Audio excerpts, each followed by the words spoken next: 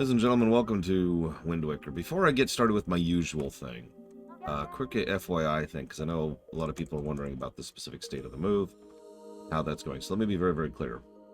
I'm not moving next week. The odds of me actually moving next week are possible, but extraordinarily unlikely. What's happening next week is the getting ready to move state. I'm in a state to be ready to move. Most of my stuff is boxed behind me, all those stuffed animals. I have bags for them right there, ready to go. And all my actual stuff that isn't work-related or like basic things like clothes or toiletries is all already packed and in boxes. It would take me a few hours to load a truck and then to go, right? I'm good to go. Nobody else is. So what's going to be happening, hypothetically and ostensibly, starting next week, or whenever we end up starting, is we're getting everyone else ready to move. The only console that isn't packed is the one you're seeing right now, for obvious reasons. Yeah, no, the kids are nowhere near ready. Have we decided on a location yet? No. So, of course I'm keeping all my plushies. You kidding me? I've already done 2 preening passes. I've gotten rid of a lot of stuff. A lot of things I don't really need to hold on to. But I still am keeping my freaking plushies. But that's reality. Next week is going to be getting ready for a moving state. Now, here's the thing. If you look at this, if you type !next right now, you'll notice that it says, because that's the truth. At least it should say that if I updated it correctly. Because at this point, I have absolutely no idea what's going to happen after that pause. It's entirely possible that I will end up just going back to streaming. Because like I said, I'm pretty much ready to go. So I could be packed with a day's notice right now. Or I could be moved with a day's notice. So we might come back to streaming and just go back to our regular streaming schedule. We have a schedule for streaming. That's on the website. Well, unless I can somehow beat Twilight and Wind Waker before next Monday, Dragon Player, the answer is no. There's no way in hell I can do that. So, I'm going to pause streaming, going to help getting all this stuff working out and cleaned up and dealt with and packed and tossed. We're going to have to throw away some things. We're going to have to give away some things to Goodwill. We're going to have to sell some things, and then we're going to have to keep some things. So we've got 4 categories of things. There's going to be a whole... I've already got a battle plan in my mind for helping out with all this thing. But we got to go through all that. Once that's all done, what happens after that is a gigantic question mark, because I have absolutely no idea what happens next. We might just be ready to move, and then we move forward with getting the last few bits of things, because that area over there has to be finished before this house can be listed, and so we're waiting on that. So that's the thing that needs to be done. This house has to be listed, this house has to be sold, and then we can start looking at what we have available up north. Probably going to involve a rental while we look and try to nail something down. So that could be a week or a month or 3 months or however long.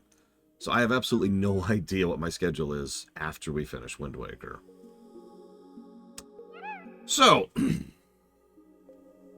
Wind Waker. Work on this game. There's this thing. They're like, all right, hang on. The N64 is great and all. We finally tapped into the 3D realm. Everything's cool. Everything's lined up. We're ready to go with this thing. But, that PS1 thing, it's doing pretty well, all things considered. And everything's kind of leaning towards the idea that maybe we should have actually gone ahead and gone towards discs. Maybe that was the correct call. Maybe we want something with a little bit more hardware and a little bit more room for things like textures and the like. So maybe we should go ahead and start working on something bigger and better. They came up with this new term. It's called Dolphin. And Dolphin was going to be their jump forwards and all kinds of fun stuff like that. Politics, Walker. So, sorry for the extremely short answer, but that's the short answer. The kids aren't safe here, moving on. So, we were going to go ahead and have this brand new console, and we were going to make it substantially harder, better hardware, better read time, better bus, all kinds of fun stuff like that. You can't use normal CDs, that's crazy talk. And as they were working on this, there was some specific work that was being done with regards to what games are coming out. In fact, one of the planned games was this brand new thing. It's a Luigi game, I want to say. Not that anybody likes Luigi, that would be crazy. But, you know, it would be a nice thing for a launch title. So we'll go ahead and try that. We'll go ahead and poke at that. And we'll see what we got for that. And they had a couple of games lined up for this dolphin thing. And we got Luigi's Mansion, Super Monkey Ball, Wave Race, All-Star Baseball, Batman Vengeance, Crazy Taxi, Dave Mirra Freestyle BMX 2, Daisy's Tarzan Untamed, Madden NFL 2002, NHL Hits 2002, Rogue Squadron 2, I cannot believe that was a launch title, Tony Hawk's Pro Skater 3, and that's actually it, at least here in the States. In Europe, you actually got a few more ones, like Sonic Adventure 2 was actually a launch title. Could you believe that? But anyway, so they were like, okay, we've got these games lined up. And if you notice, there was a different trend there with the GameCube. They were trying to hit a slightly different market, trying to move in different directions. But there's nothing heavy hitting there, which makes sense because, as I've actually pointed this out before, Nintendo almost never has a really strong launch lineup for any of their consoles, with like possibly the sole exception of the NES and the SNES. So this was just kind of a And there was this dude, a jackass I've referenced many times, who pretty much demanded that there needs to be a really strong mainline title to help sell the game, and it needs to come out as soon as possible, because he wanted to compete with his biggest rival, the PlayStation 2. Now, let's go ahead and correct, there's actually two misconceptions we're going to correct here pretty quickly. The first is, a lot of people say the GameCube was a failure, and those people are wrong. The GameCube was actually a very successful console and was doing perfectly well for itself. It just wasn't selling as much as the absolute colossal juggernaut that was the PlayStation 2. The PS2, even to this very single day, is actually the best-selling console of all time. And honestly, we may never see that surpassed. So, yeah, no, the GameCube was doing fine. But there was a lot of rivalry and a lot of perception issues at the time. And you know how perception can skew what people think or how people want to operate. So, there was a lot of a push. Yeah, no kidding, Jesse Ward. There was a lot of push for, you know, we need to be pushing for this. So you notice that launch lineup was a whole lot of third-party developers, including a lot of sports games, because there was this perception, which again was an inaccurate perception, that the N64 was the baby's console and PS1 was the adult's console. And that was stupid, both then and now, but that perception was there, so they were trying to push back against that with regards to marketing. That failed miserably, as it always does, but what they decided to do instead was just kind of focus on their whatever kind of first, second, and third party titles they could get. And the GameCube did eventually have a pretty strong lineup, all things considered, but that's neither here nor there. What matters is, as the GameCube was coming out, 2001, just after Majora's Mask came out, well, it's like a year after Majora's Mask came out, the Zelda team had already been working on their next Zelda title, just like the Mario team was already working on their next Mario title. These games were Wind Waker and Mario Sunshine. Now, if you know these games, you know two things about them. You know that they are beloved classics, and you know that both of them actually kind of suck. What you may not know is the reason why they both kind of suck. And the reason why is because they were both rushed out the door as quickly as possible because, oh my god, we're getting crushed by the PS2. Now, there's a quote here. There's this wonderful, wonderful quote. I'm actually gonna, oh, I didn't actually write it down.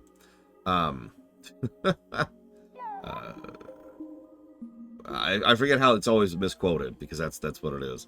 You know, Miyamoto famously said that a rushed game is you know, a delayed game is eventually good, but a rushed game is bad forever.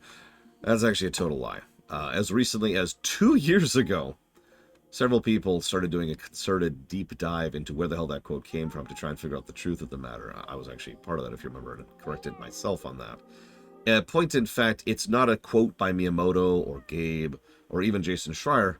It's actually just a quote. In fact, nobody was able to figure out where the quote originally came from. The quote is just a common industry saying. In fact, the earliest example of it being stated we could find, I wrote it down right here, is "Delays are temporary, mediocrity is forever." That was quoted by Victor Ireland, someone who eventually worked at Working Designs, if you're familiar with them. So, it's just an industry quote. It has nothing to do with anything.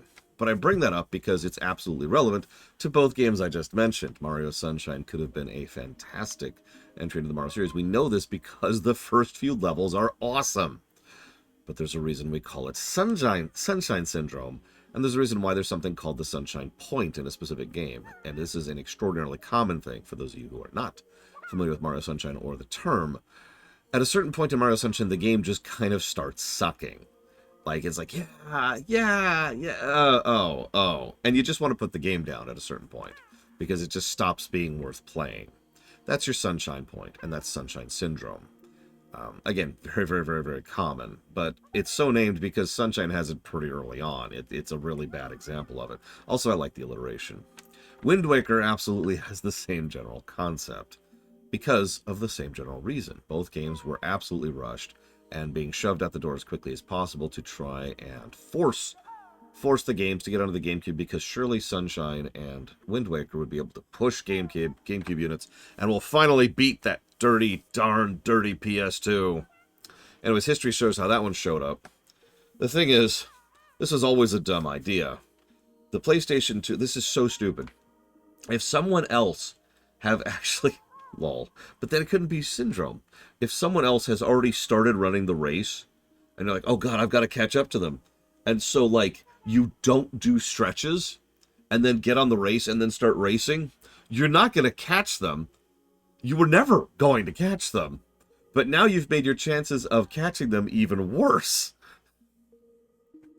So, this is always a dumb strategy, especially in business.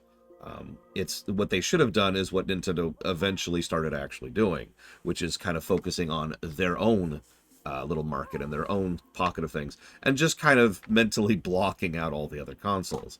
A strategy that has worked for them for many years since. By the way, we can pretty much point to Iwata as the singular reason that strategy exists. I'm not saying he should get full credit. I'm just saying most sources credit him, which means he was probably one of the big pushers of the idea and someone else came out with it.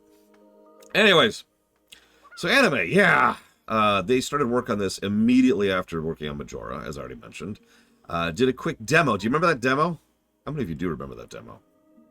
It was a big CGI 3D shot of Link and Ganondorf, right? It was like Ocarina but touched up, and everyone's like, oh my god, the new Zelda looks amazing. And it really was. It was just Ocarina with a fresh coat of paint, quite literally in this case. And so they were like, hey, and two people in the office absolutely hated it. Miyamoto and Aonuma. This is also, as of Majora, which solidified this. Aonuma was now the Zelda producer. This is now his particular wheelhouse within Nintendo, so yay for that.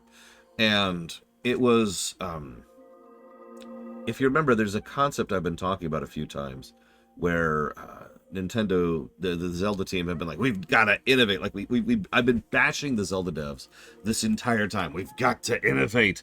We've got to push forward. And of course, when they say innovation, they mean terrible controls. And that led to Phantom Hourglass, Spirit Tracks, and Skyward Sword. So they're like, we gotta innovate. Zelda doesn't deserve to exist unless we're not innovating it and not iterating it, but also using dumb control methods. That all comes all the way back to here. Because as they started putting together, yes, this is the Wii U, as they started putting together the design and structure and stylings of the upcoming Bellicalic block of the upcoming Zelda game, they realized it was just Zelda again. It was just the same thing over again. And God, I'm just so bored of doing the same thing over again. And again, it's the same thing I've been telling you this whole thing, but this is the innovation. Or not, this is the launch point. This is where that came from. Kingdom Hearts block. Sorry, I can't.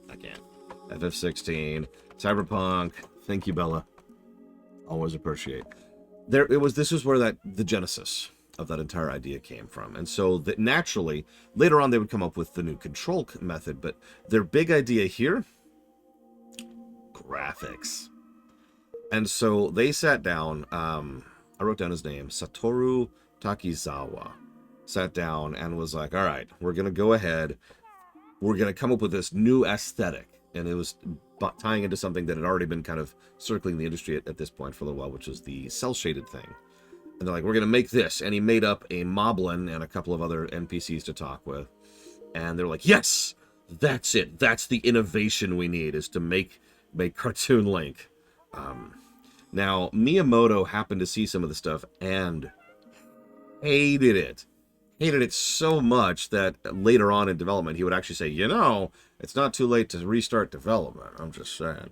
So what the development team did, including Aonuma, was they kept working on the game without running anything by Miyamoto. So they just kind of worked on it without letting him know they were working on it, which is exactly as awkward as that sounds. Once they had the visual style designed, they had kind of automatically designed the visuals of the thing. They wanted this big blue aesthetic, which naturally led to the idea of the sea, the ocean, sweeping in, which then kind of informed the story, the idea of the flood. So they're like, okay, we've got that lineup. The visuals were also very, very, very divisive at the time. This is funny. So they, I forget the year, I didn't write it down, but they had another showcasing at one of the E3s, and everyone looked at it and said, "Oh, it looks terrible," or "Oh, it looks amazing," and there was no in between. As I have infamously said many, many, many times, I was one of those people who looked at this and said, "Wow, that looks like crap." And the worst part is, I can't even tell you why I said that. I don't have a specific reason for why I said that back then. Usually have a pretty good memory for my own dumb mentalities. Like, you know, Super Mario can't have an RPG. That makes sense, right? Metroid can't be first person. That makes sense. But I have no idea why I thought Wind Waker looked like crap. What I do know is that I was not alone in that. And it really was one of those first, you know, you either love it or you hate it kind of things. It might have been the anime thing, and that's entirely possible, since I found out quite recently there's this group called Toei Animation, which you may or may not have heard of, that they actually brought in a few people from to consult in how they designed it. If you've never heard of that group, they made a couple of things, some lesser-known animes, such as Fist of the North Star, Dragon Ball, Sailor Moon, Digimon, and One Piece. Anyways, so it was very anime, and honestly, it kind of is still anime. Yeah, Toei's got some thing. Toei's got some pedigree there. They brought them in. They used them to kind of decide the visual aesthetic and look and style of it. They're like, all right, cell shading, we want to go this, we want to do this. And they were working with the limitations of the GameCube, and they wanted it to look as polished as it possibly could. And a lot of work was being done on the visuals. And while the visuals were exactly where they wanted them to be, they couldn't really solidify the gameplay. And that's when Miyamoto finally got involved. He was like, what are you doing? Oh my god, this game looks terrible. But it's too late to change course now. We don't have the budget, we don't have the time, and the president's breathing down my neck. So, fine. Let's polish up the gameplay. This is when Miyamoto actually got involved and did what Miyamoto does best, which is actually sit down and work on the gameplay, the core gameplay of the loop. So he came up with the idea of the combo system, you know, that little musical note thing, and the nature of how enemies react based on how many hits you hit them with what types of attacks. That was his invention. And they came up with a lot of the kit. By all accounts, the whip thing was Miyamoto, because they were trying to do something that only really worked in 3D. Yeah, exactly. It was like, here, get this involved, get this thing doing. Let's make this freaking work. And the next E3, they showed off a gameplay demo, which people could actually play. And most of the mentality immediately changed on that, as opposed to people being like, rah! Once people saw the gameplay, the reaction was more like, oh, that looks pretty solid, actually. Ease 8, FF7 audit block, FF13. Thank you, a noble name, very much. Always. So, people were getting a lot more involved, but again, darned PS2, and I know I already kind of said this, but it really needs to be re-emphasized just how much this game was being shoved out the door as quickly as possible. And that leads us to this version of the game. Just like Majora 3D and Ocarina 3D, a polishing pass was attempted rather than simply trying to touch things up. So there are a few things in this version of the game which will absolutely be scoring better than if we were playing on the original GameCube, and probably one thing that will be scoring worse. But rather than continuing on, we're going to go ahead and just jump in to the game. So, actually, I forgot something. Right? I thought about it in the middle of that. I've been very, very rushed this morning. I apologize. I need you. Now I need to get under my desk. Of course.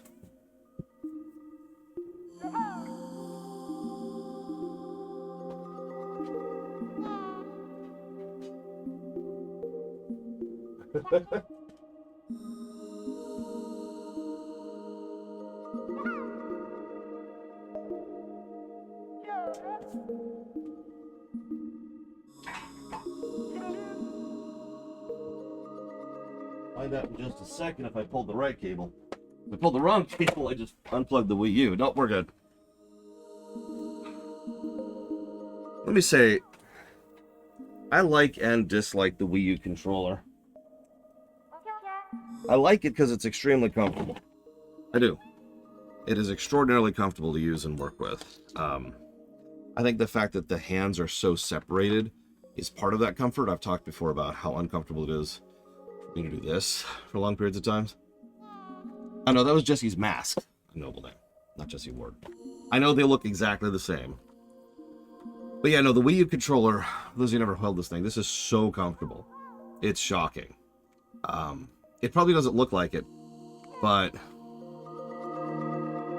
hard to hold. Because of the nature of that groove right there, that upper ledge, it means that most of your hand can comfortably sit while handling the weight of the entire control. It's actually pretty light, too. Much lighter than it looks. So despite being this big old tablet thing, it's actually a really, really comfortable hold. And again, hands separated, which is more comfortable for me personally. But for now, let's just jump into it. Ulrasil Evo.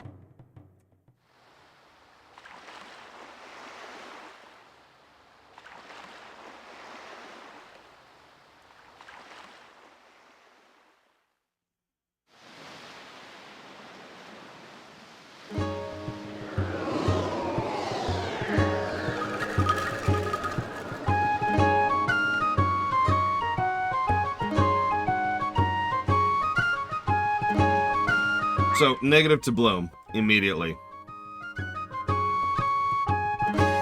As with many modern Zelda games, they just, for whatever reason, have absolutely cranked the Bloom up. I hate it. I don't know if it's as bad as Breath. Yeah, that's a little loud, and the best part is I don't think I can turn that down on my end, so I'm just going to be shouting this entire time. Turn you down to, let's say, -9. Let's see if that sounds a little bit better.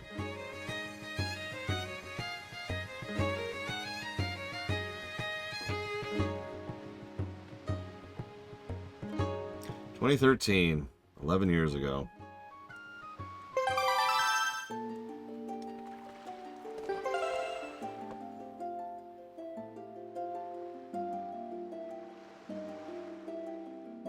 Where are my saves?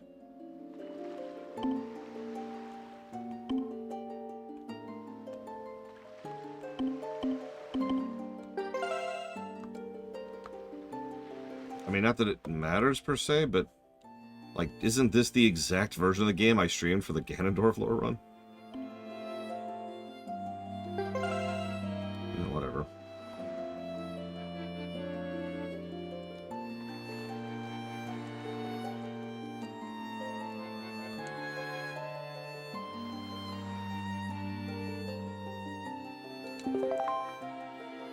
So,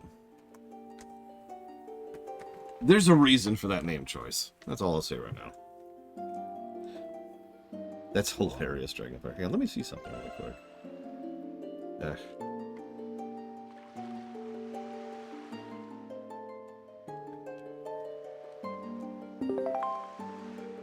No?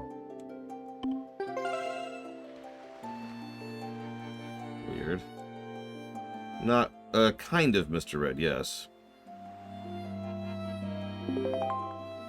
Alright, whatever. I give up.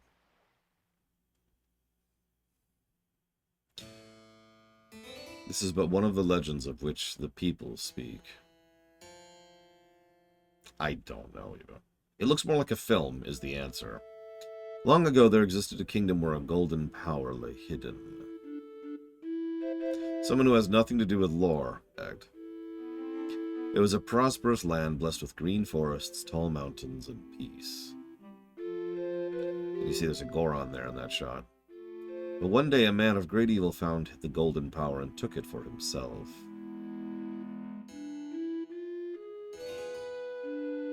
With its strength at his command, he spread darkness across the kingdom.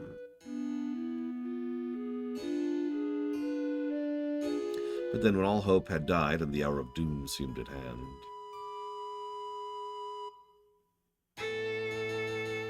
a young boy clothed in green appeared as if from nowhere.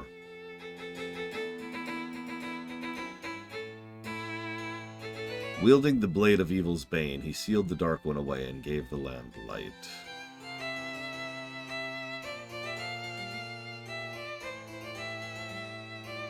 This boy, who traveled through time to save the land, was known as the Hero of Time.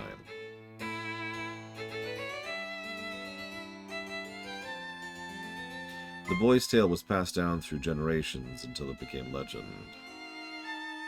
Oh yeah, this is supposed to be centuries after Ocarina. You know my thoughts on that, I'm not going to repeat them.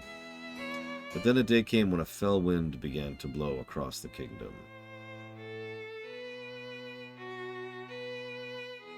The great evil that all thought had been forever sealed away by the hero.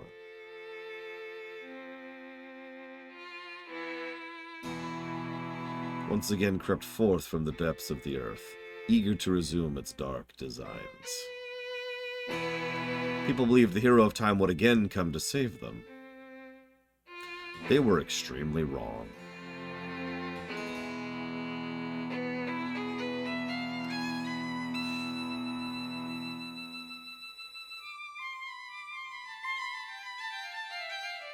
Faced by an onslaught of evil, the people could do nothing but appeal to the gods.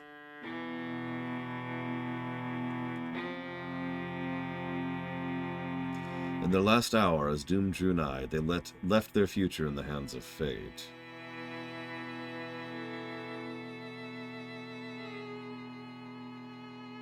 What became of that kingdom? None remain who know.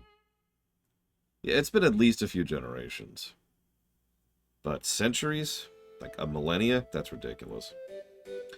The memory of the kingdom vanished, but its legend survived on the wind's breath.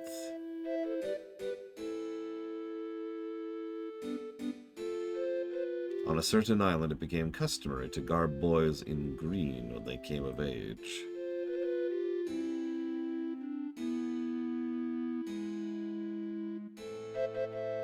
Clothed in the green of fields, they aspired to find heroic blades and cast down evil.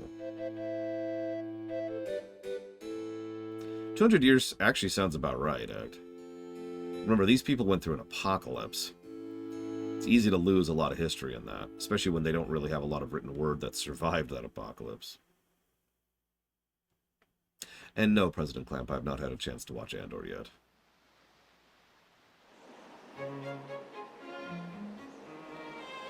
Outset Island.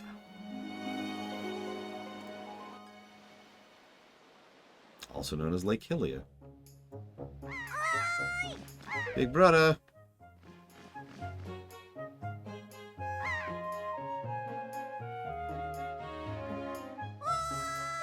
Big brother!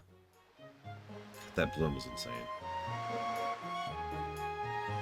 A onesie, I think. So, okay. I like the HD version, and there's a good reason I picked this version over the original. But man, that bloom.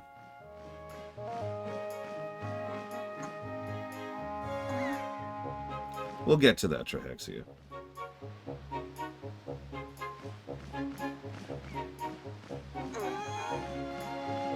As usual, we're always sleeping. In Elder Scrolls, we're always a prisoner, and in Zelda games, we're always asleep. This is my favorite spot to gaze out at the sea. When I play with the gulls, I call it Errol's Lookout. So do you remember what day it is today? You're still half asleep, aren't you? Did you forget? Big brother, it's your birthday. What? So let's get this out of the way. You know one of the things I like most about this art style? It is expressive. As we will see throughout the course of this, there's a reason many people say this is the link that has the most characterization of the various links. And almost all of that comes down to his animation. He still doesn't talk. But you'll see what I'm talking about pretty much immediately.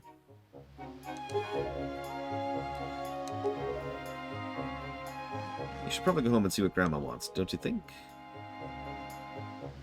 Also, well, I don't want to talk too much about it, but yeah, there's some stuff going on. Alright, so hang on, let's screw with our options real quick. What do we got here? Let's do that. Let's do... The camera's terrible. That's cool. Gyros. Hey, we got gyro back. Woo! So I can do something like this. Oh, nope. Hang on. Maybe something like this. Nope. Okay, I can't do anything yet. But someday, God willing, I'll be able to do something. It was extremely different. I will freely admit, and I think Bionic Commando said this, at least part of my own distaste for this probably has to do with the fact that it's very anime looking. Yeah. Also, speaking of stylized, I love the look of the ocean. It's probably, I don't know, it's extraordinarily simple, yet I love the design of it. There's 3 different things that are going there to make that look. To look like an ocean, because otherwise it's just this blue expanse, right? You've got the little waves, you've got the big waves which crest up and then fade back into oblivion, and all of those are just kind of randomly happening there. And then you've got those little trails of wind going across it. And the waves always follow the wind. That's actually a gameplay mechanic, believe it or not. And of course we see little shadings of the clouds going over it. But those 3 things are the big things. And that is awesome. I love the look of that.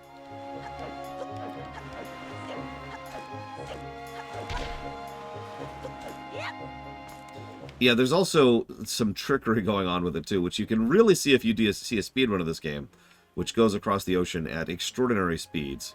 So if you look out, there's objects right there. You see that island? I don't have like a first-person shot, but you can see it right there, right? It's in the middle of the screen.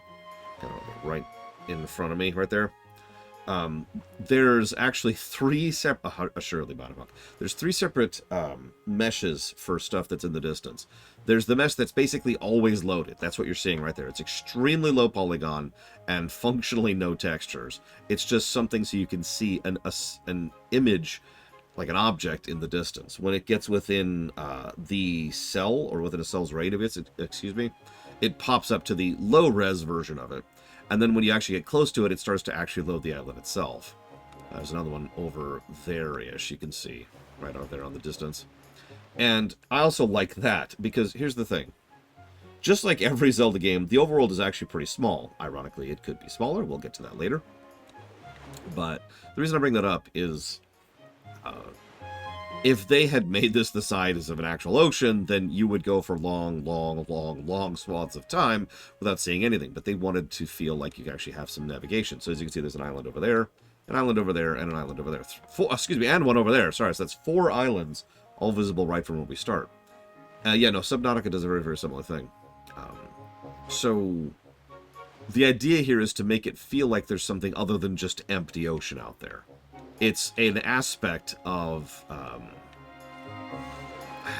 I'm not sure what to actually call that.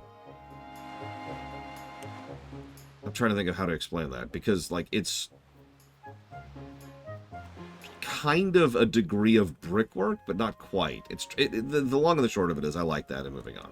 Anyway, so, we've got some nice shadows. I do like the improved shadows of the HD version, personally. Most people consider this, I shouldn't say most, if you go and look at public consciousness, there's definitely been some pendulum effect with regards to this game. A lot of people consider it one of, if not the best of the Zelda games. I don't, because I've actually played it, but, yeah, this is a very well-beloved game.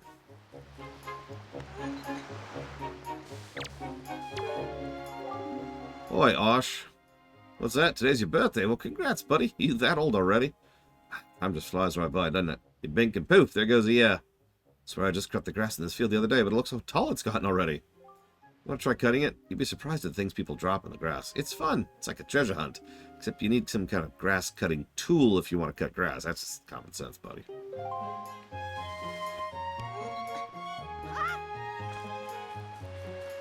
Well, plus, I think part of the discourse is because the thing that a lot of people really love about this game is the story. Whereas it is the gameplay that is a little bit more lacking.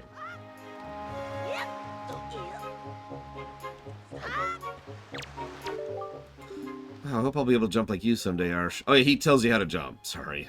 I should have talked to him first. So, water. For a game all about water, interestingly enough, the water, we can only swim for a while. You see it in the lower right?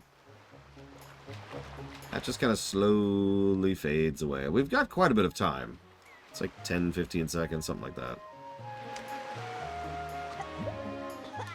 But, this is true anywhere, by the way. If you, like, randomly pop out of your boat in the middle of the water, in the middle of the ocean somewhere, then yeah. You can actually swim from one island to the next if you don't have that little drowning effect right there. Again, speedrunners.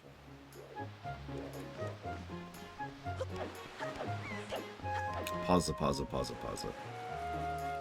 I'll explain the name later, don't worry. I'm trying not to spoil too much in advance. Some of you probably already picked up why I chose Arsh for this. So yeah, there you can. I like this. They could have gone, and indeed, from several things, originally said they were going to go ahead and go with the water-soluble effect. You hit the water, and it functions like it does in a lot of other Zelda games, right? Instant death. But in this case, it's a gradient. You have a chance to fly out and be like, oh, whoops, I fell, hang on, and a chance to get back to land. It is interesting, though, because it does mean that, realistically speaking, I could swim to that island over there, if not for that timer, which is, of course, why that timer exists. There's Beetle. Everyone say hi, Beetle. Alright, so, now that we've said hi to him, let's go ahead and move on.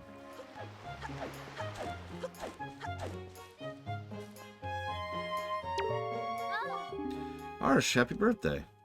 Did your sister Arl find you? She was supposed to tell you your grandmother's looking for you. Speaking of your sister, she saw me at work the other day, and she said she wanted to learn to carry jars on her head like me so she could help Grandma with chores. So, if you see her, tell her all she has to do is do this tutorial. Can you tell her that for me? Also, who wants to see the grossest kid of the game? Blow your goddamn nose.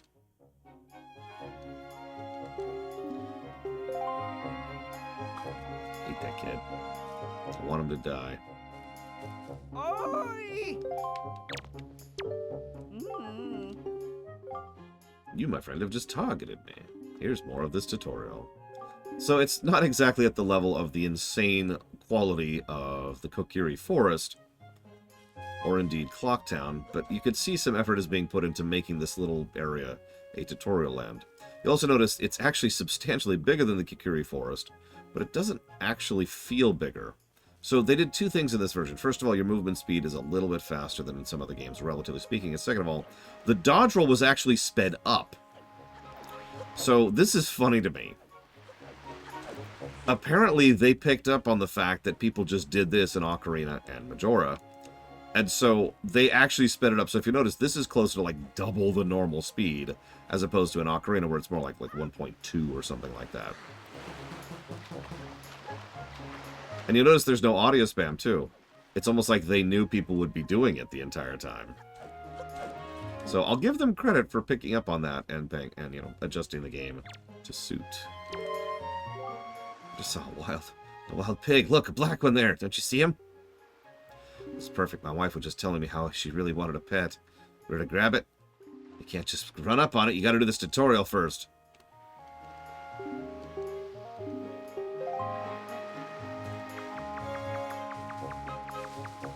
That'll get solid music.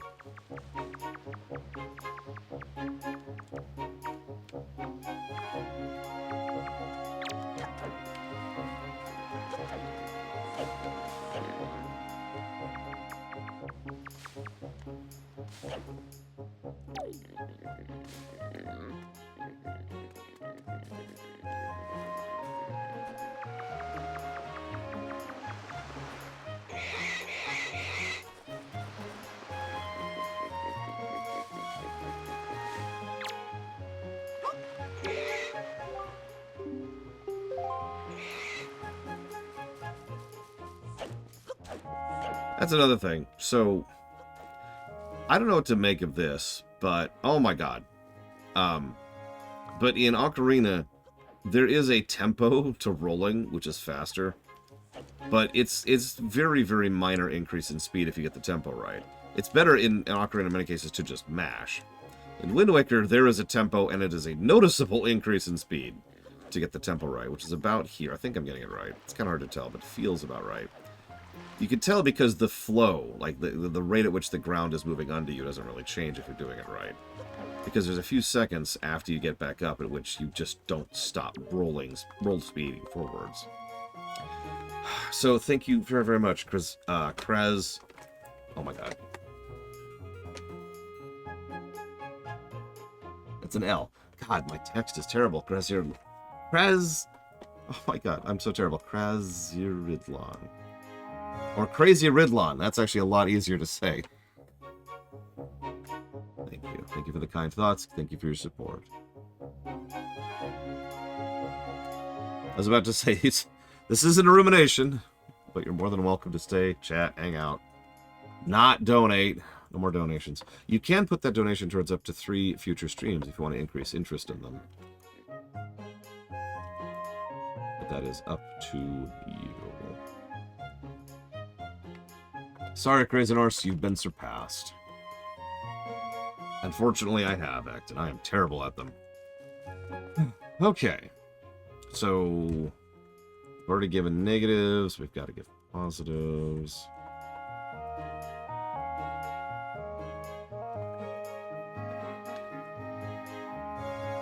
Oh my goodness.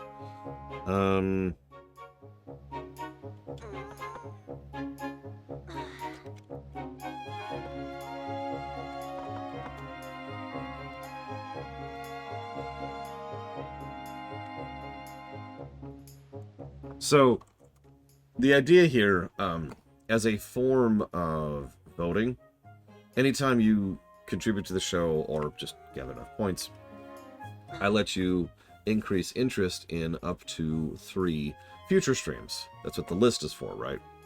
It's a form of determining what kind of games you want to see streamed. So you look at the list and you say, that, and that, and you pick 3 things. And that goes towards increasing interest in those streams. That's why I call it that. What in the world? Yeah, no, go away. Not you guys.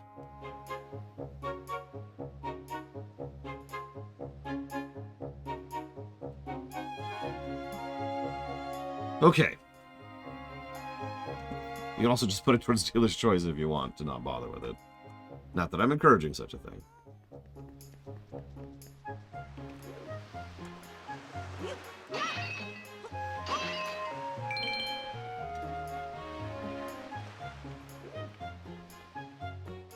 Also, this music, just like the Kokiri Forest, does a whole lot to indicate, safe, lighthearted, happy, silly, etc.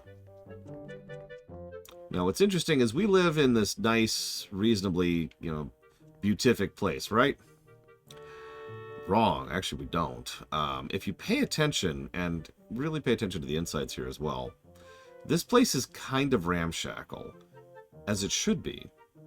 These are huts and houses built out of debris and bits and pieces of what we were able to harvest off of our islands. And we have to be very, very careful about what we make on an island like this because there's only so much land, which means there's only so many resources. My favorite example of this is, you see the bedding right there? It's actually like some kind of shelving thing. But if you look, instead of having a straight wood panel, it's clearly like a branch that's been sanded down rather than a properly shaped log, which makes sense. They don't have the tools to make properly shaped logs, right?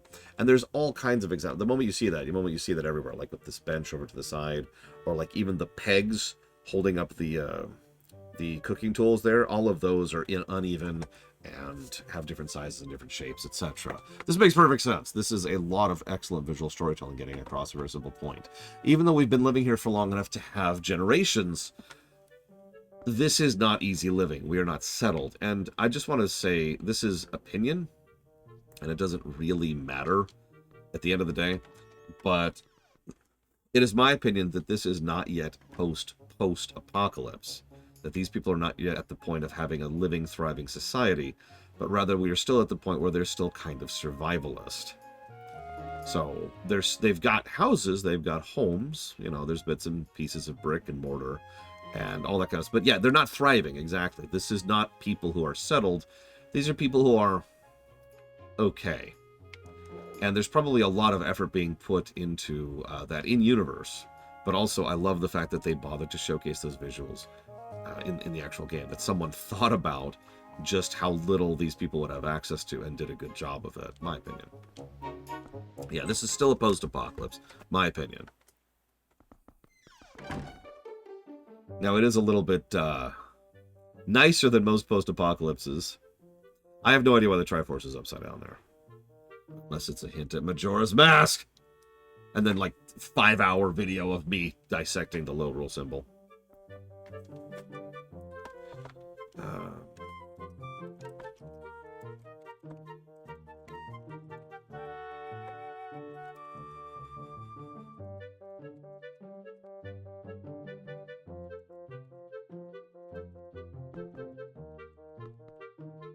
Yeah, I wouldn't want to live here. I would not want this life. That's true. They might barely remember the Triforce symbol and how it's supposed to be oriented. I've been waiting for you, Ash. Try these on. That's right, seaside real estate. Time certainly flies. I can't believe you're already old enough to wear these clothes. Looks like they might be a little warm for this weather.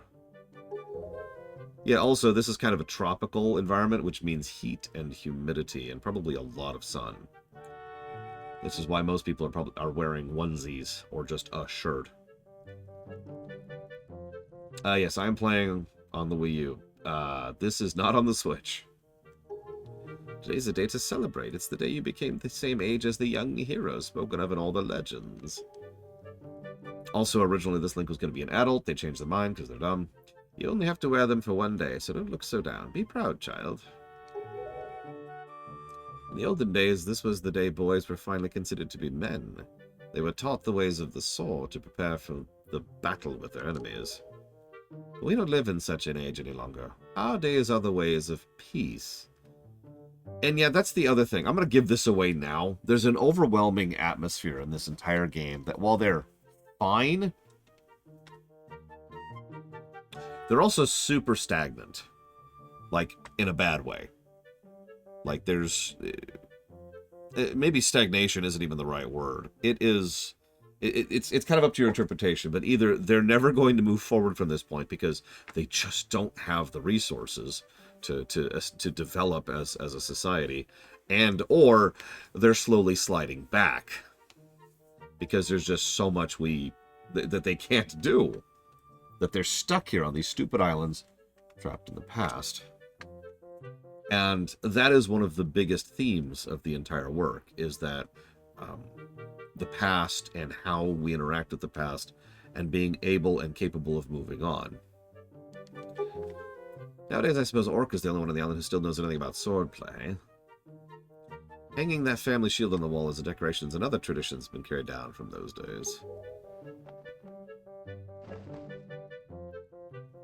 Not quite, Evo. Good guess, though. Does all this make sense to you? Isn't that nice, Ash? They suit you perfectly. A perfect fit. Well, tonight I'm going to invite the whole town over for your birthday party, so I better start getting ready, shouldn't I? Your grandma's going to make your favorite soup for you tonight. I just know you're looking forward to it. Go get your sister. And yeah, lack of trade is a really big deal. There's a reason, jokes aside, there's a reason Beetle is kind of the trader here. Not many people own a ship in this environment, and feel free to think about that as much as you'd like to. And you're probably thinking, why don't so many people own ships? Because the seas are actually pretty treacherous. And I don't mean like the usual way. I mean like in they would probably need some kind of functional military to have it. So there are some ships. But yeah, there's not a lot of wood, there's not a lot of trade, there's not a lot of resources, there's not a lot of people who know how to make ships. We'll talk more about that in a minute. Anyways, how do I do... so I suppose I should show this off. The Wii U's big gimmick is this stupid tablet, which shows its own separate menu. And this has been one of the biggest hurdles to overcome when it comes to porting Wii U games to the Switch, is getting this menu into some kind of serviceable function when there's not a separate menu that you can always interact with.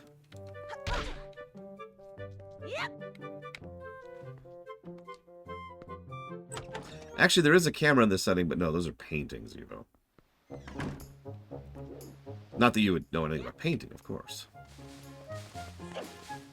Yeah, actually, yeah, Nefarious. This is kind of a death spiral setting. So, like, when I say they have ships, this is the kind of thing that most islands have right here.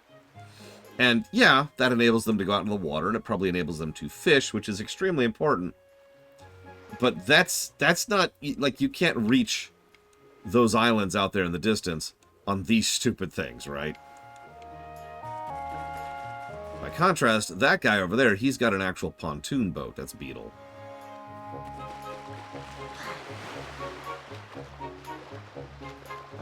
Game. There you go.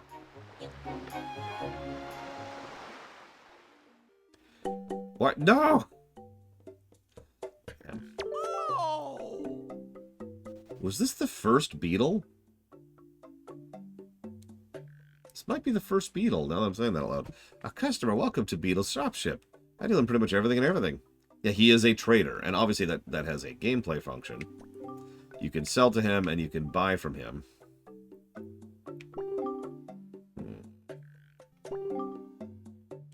We actually can't afford a bait bag yet.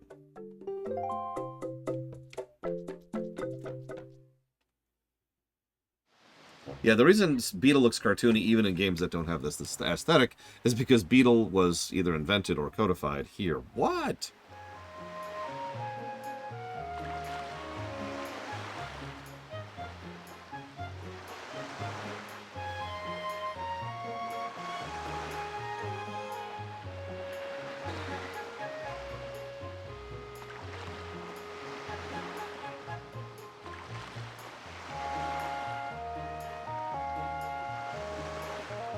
Sorry. Thank you again, Crazy Ridlon. Always appreciate. And I suppose same general question as before, if you decide to. You don't have to.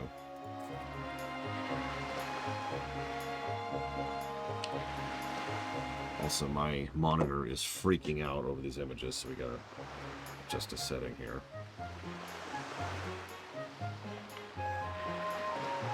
There we go. Much better. Jesus. Okay. So all you do is you just tell me. I wrote it all down manually.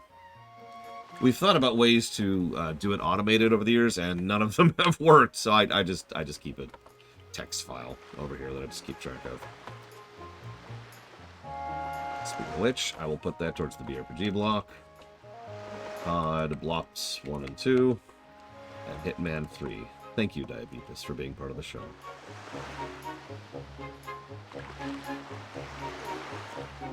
All right, let's go ahead. Let's do something really quick here. Hey, off the deeper end.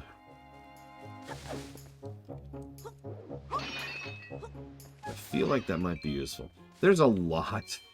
Like, Ocarina of Time was the game that kind of started making getting all of the heart pieces a bit of a chore. How good or bad that is certainly dependent on your individual opinion, but before that, it really wasn't that big of a deal to max out your hearts. And then Ocarina came around and started adding, you know, some of those requirements. That has been a trend ever since, and I mention that because 100%ing this game in particular is a thing. I can throw it towards Gollum. Remember, you can pick up to 3 things, though. There's no detriment for doing so. And I take it you want me to tear Gollum limb from limb. Which Zelda would I most want to live in? Jeez. Probably Spirit Tracks. No, don't...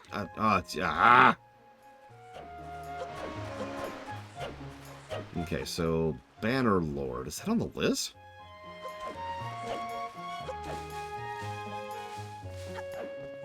Can someone check for me really quick, please?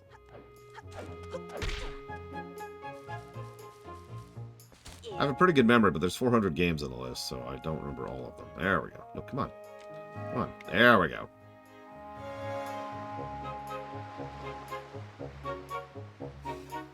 Alright, well, in that case, Bannerlord it is. Hearts. Thanks, game. Anyways, you'll notice how just the terrain around here inclines you to navigating, jumping, interacting, sidling, rolling, picking up, slicing.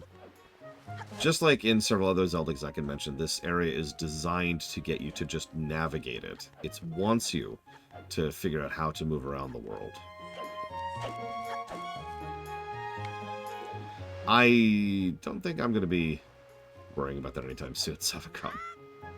I have a personal list of games I'd like to review, which is quite large, and I'm not through with the queue yet. Actually, 400 might be under... You know what? If you give me a second, I can tell you the exact number. But first, I want to write down those things from Crazy Ridlon. So that's going to be towards... Ow, wow. Gollum. And yeah, we just got a bunch of new games that are announced, too. Bannerlord and Lots 1 and 2. Done. Thank you. Again. When this finishes loading, we'll do that. So, in the interim... Yes, targeting, blah, blah, blah, blah.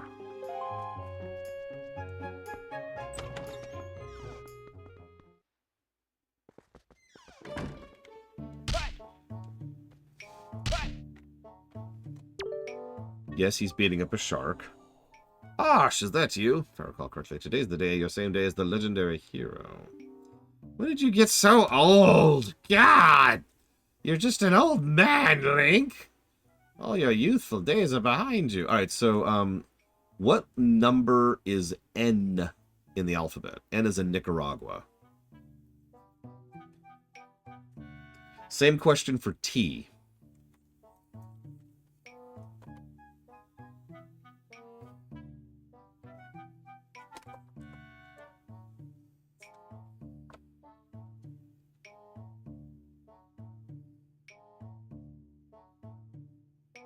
Wait patiently for someone to give me the answer to the second question there.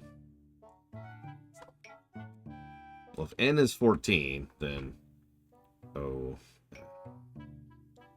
U R S T. No, it's 20. Yep, okay.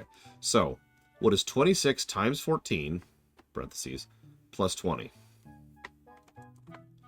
You must build strong muscles from now on. Strong muscles. You've come at the perfect moment. I was just trying my rolling attack. Allow me to teach it to you. You ready? Run as fast as you can, and then hit A. Yeah, thanks.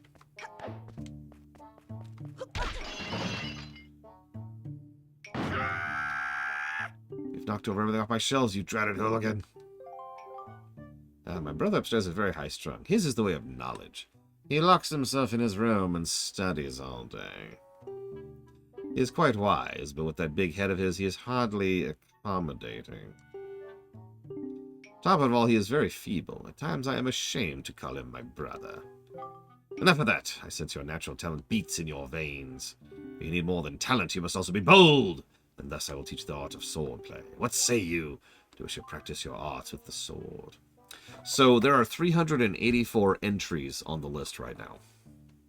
Now, you might say, wow, 384 games, and you would be wrong, because a lot of those are blocks. I would have to count manually to figure out how much more than 348 games are on the list. That's why I just kind of say, there's 400.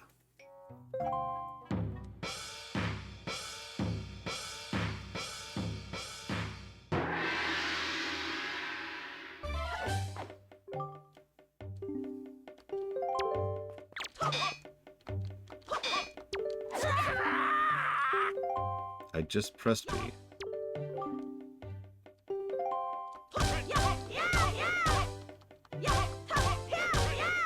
And there's that combo system I mentioned earlier. None of those are funded, Nefarious. That's the point. If 384 blocks are funded, I'm going to go kill myself, because I am Hitler, who is also a fascist. By the way, if you're paying attention, this is yet another game that enables you to have multiple types of attacks without having to use a goddamn Wiimote to do it.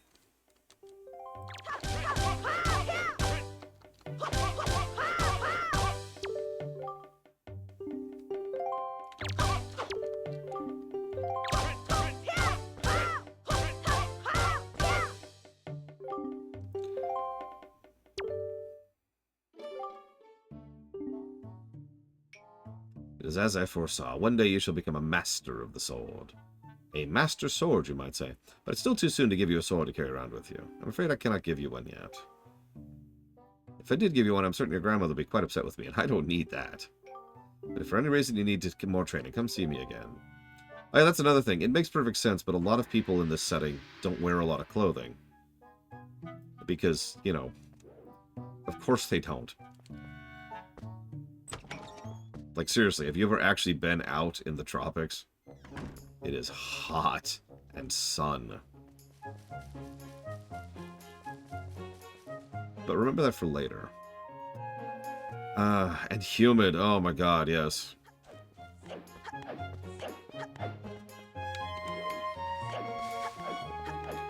I can't remember which thing I was... this is a long time ago. But there was someone who was like, hey... We're out. It was one of those survivalist things, not the shows. This predates that, and it was saying, all right, so if you're ever in this kind of environment, this is what you should do, right? And that was the thrust of the show. And it was talking about the tropics. It's like your first thought is probably, hey, tropics, peaceful, wonderful. But as much as it looks great, it feels terrible. And they started describing everything I just mentioned to you.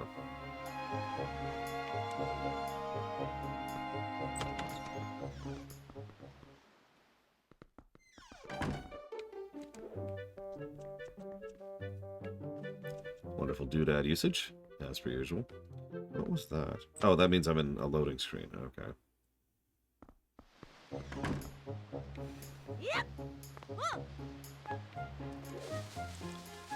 Well, I only need one more rupee, so let's go grab that really quick.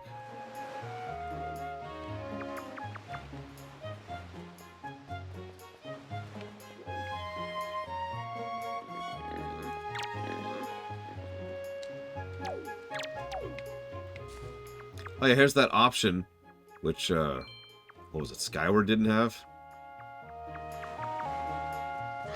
So, thanks for that, Skyward. Okay, so we have 20 rupees. Let's go buy the bait bag really quick, because it's one of the only upgrade items we can get right now.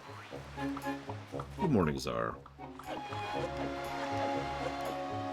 Anyways, what I'm trying to get across, in my terrible, terrible ways, I'm trying to show you how much work the Nintendo devs actually went into selling the world here.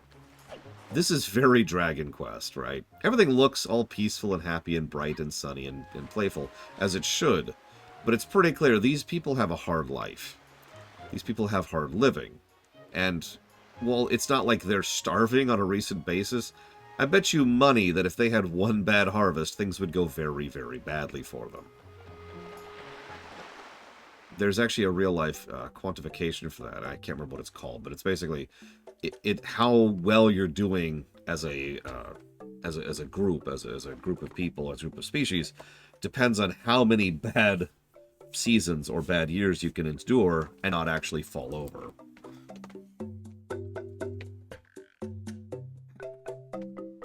And yeah, wild pigs around here. Probably useful for some perspectives, but pigs are a rather invasive species.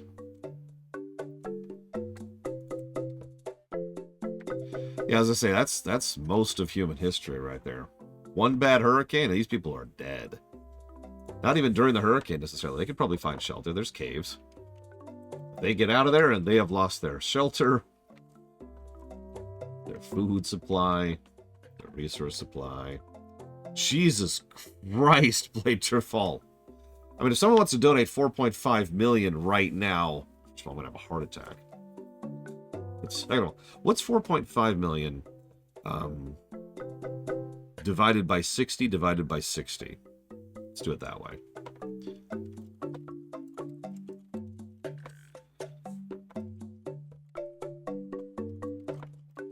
And thank you, Lord Harrimont, very much for your support. 1,250. So what's that divided by 24? And I will put that towards the Ratchet and Clank block, Disgaea 1, and Dragon Age 4. Wait, hang on. It's actually going to be good. We've been getting a lot of heads lately. That would mean I would have to bow for 52.08 days if someone donated that much.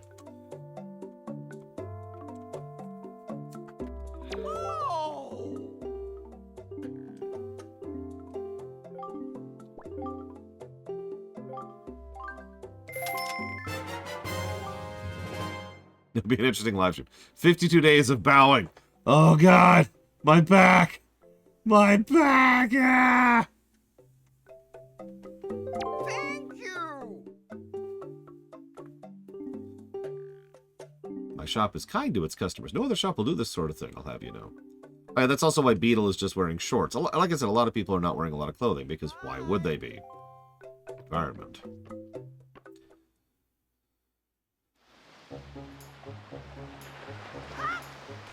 Oh, I don't know. Linearith, a lot.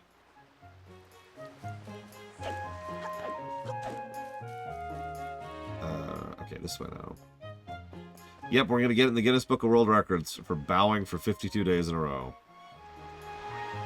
And then the doctors who are going to replace my spine with a cybernetic spine. No, I'll tell you what I do. I know exactly what I do. I'd set up one of my plushies, probably one of the sharks, and I'd set them up so they're bowing, and I'd have a second webcam that's just staring at them for, 2 months as we're doing other streams.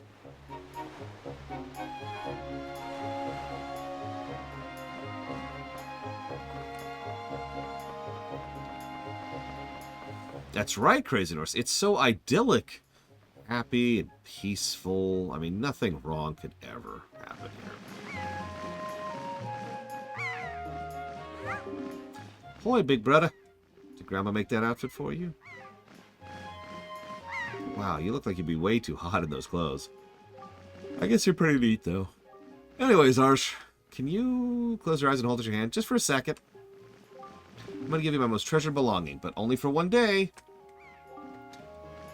Happy birthday! Oh, thank you.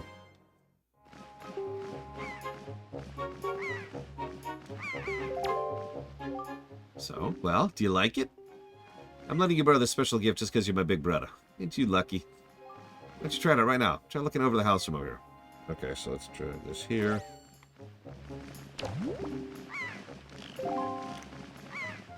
Oh, right, I've got gyro on.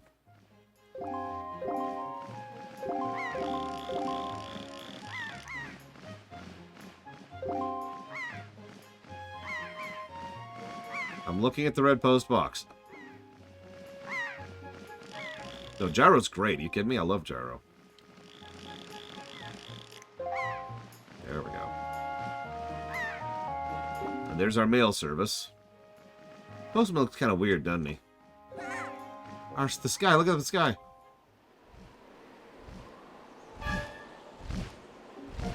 The hell is that?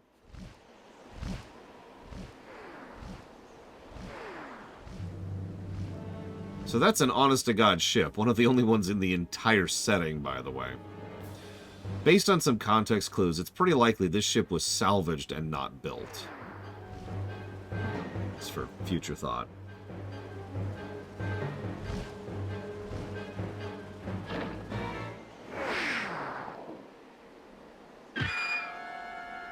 Right across the jaw. Well, she's dead. I don't know who she was, but she's out of the narrative. Kinda, yeah, off the deeper end. Similar concept. It's so terrible. That girl fell into the forest. She needs help. But it's too dangerous for you to go in there without something you can defend yourself with. Well, good thing I know where a sword is.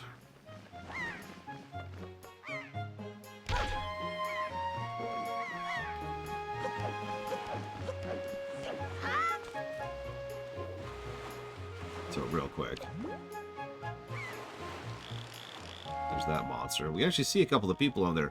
And fun enough, they're actually arguing with each other right now, which is kind of cute. We can see more of those islands I was talking about. And you can really tell how they're, like, just silhouettes in the water now. Look at that. It's not even that far away. That's the funny part. See, it's a lot more obvious when you can do this.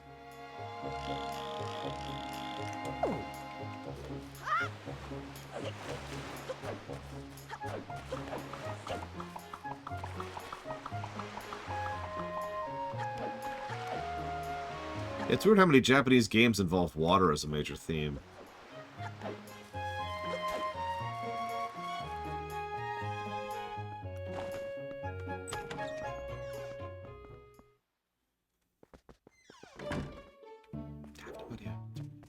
I need a sword, Grandpa.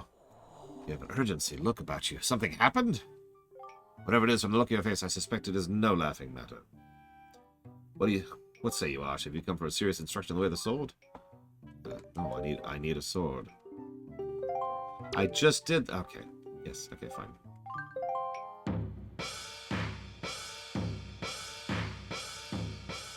I just did this.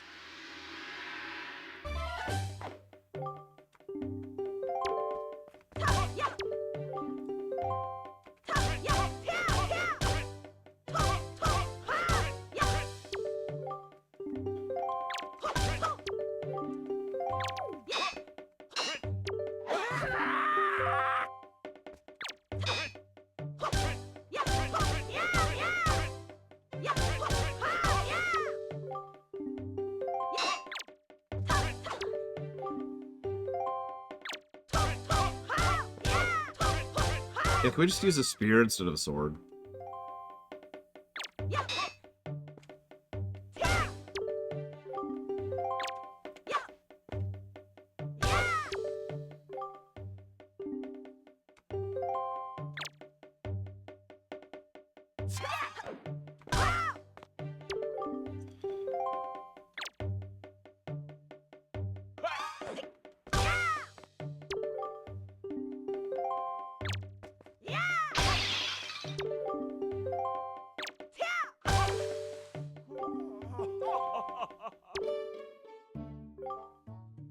Sense a certain anxiousness in the sword you hold, an eagerness that goes far beyond the mere desire to be wielded on the fields of battle. I don't know what's happened, but I have faith in you. Somehow I doubt you will misuse that sword. You may have it, Ash. I give it to you freely. Take the blade with you. You got the hero sword. Don't worry, it's not the master sword. It kinda can't be.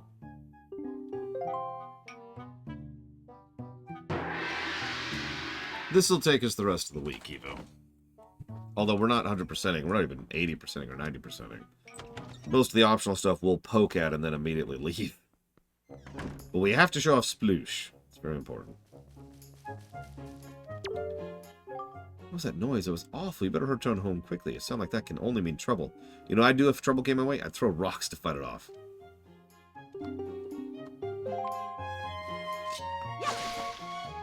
Die, grass. And also trees. Oh shoot, I just killed our entire wood harvest for the next season. Ah, well, that's fine. Oh, you'll see, Evo.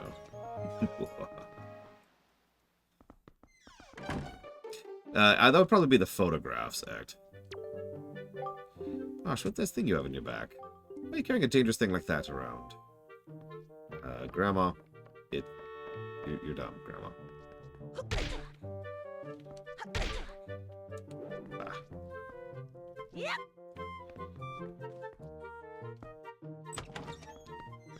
Thank you, Trinidad Ventura.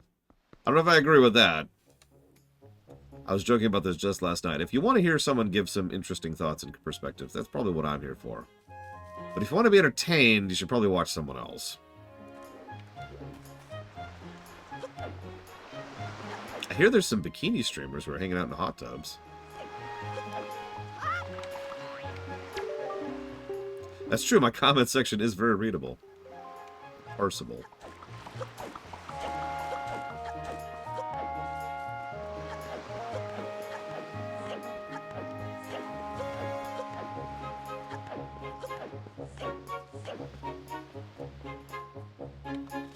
So here's our barrier we couldn't get past without the sword. So in case you thought we were joking, we really do need the sword to progress. Let's just cut all this grass here. Lovely, lovely grass.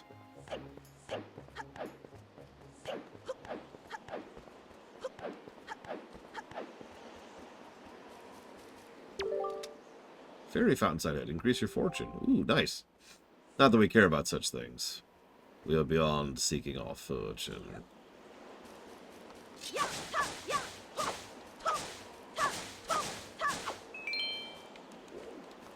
Actually, so obviously y'all are talking about, watching people sleep, but the sleep meta is one that's been around for, I'd say, about a year now at this point. It's trying to get viewers who are asleep to watch the streams, and YouTube videos, obviously. Which is probably the single biggest bit of proof I have ever seen in my life that I have been right since I was in high school about the myth of ad revenue. Yeah, don't mention Star Trek, World of Warcraft, Final Fantasy, Star Wars, or capitalism. Ah, shoot, we just did that! Damn it! Yes, viewers who are asleep. I'm not actually joking. Notice how the music stops up here, by the way. Little tips. So let's talk about the game we're playing. A lot is done. So, hang on. Let's start this discussion by talking about how Starfield sucks. So, for those of you who've played Starfield. Starfleaks? What the hell is Starfleaks? For those of you who are unfamiliar with Starfield, there's this really big city, right? And it's this huge city. It's gigantic. It takes minutes of just walking to traverse. And I know that doesn't sound like a long time, but trust me when I say it's boring. All you're doing is just walk for minutes in order just to cross it from one end to the other. There's a fast travel system, but it sucks. So, huge city, right? But it feels completely empty because all of the NPCs running around are procedurally generated and have no names and have nothing to say. They are just noise. And there's not really anything to do either. There's like the one shop, the second shop, the bank, the outpost, the other outpost, and I actually think that's it. Oh no, and then there's that other shop. There are 6 locations in this gargantuan area spread across 3 zones. Yeah, exactly. It's the exact opposite of what they did in Majora's Mask. Clocktown, which is minuscule, feels denser, feels bigger because of what they did with it. And a lot of games, this is something I talked about during the Starfield stream, a lot of games will go out of the way to use tricks and tips and other little ideas in order to try and make places feel bigger than they are. Because you can't really render a city in video games. That's only really been even possible as recently as like 15 years ago.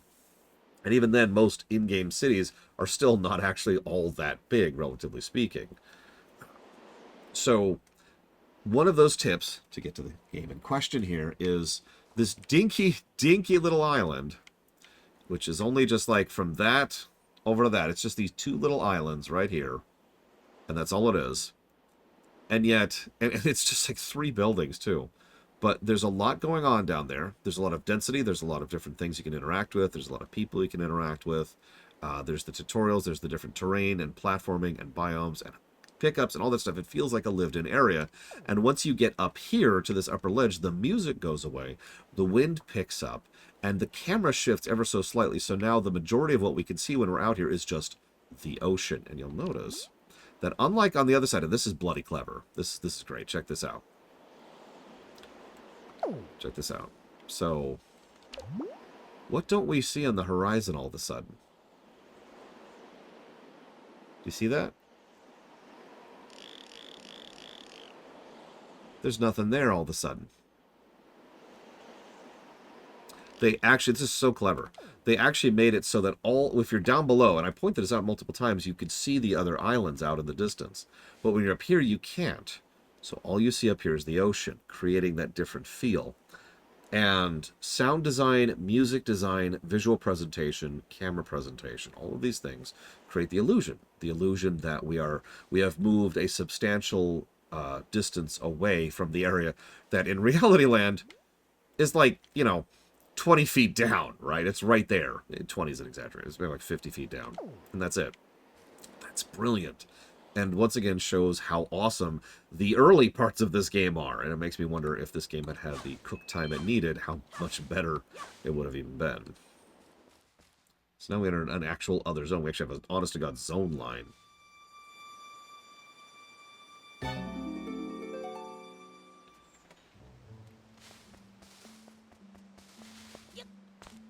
By the way, sorry. Brickwork.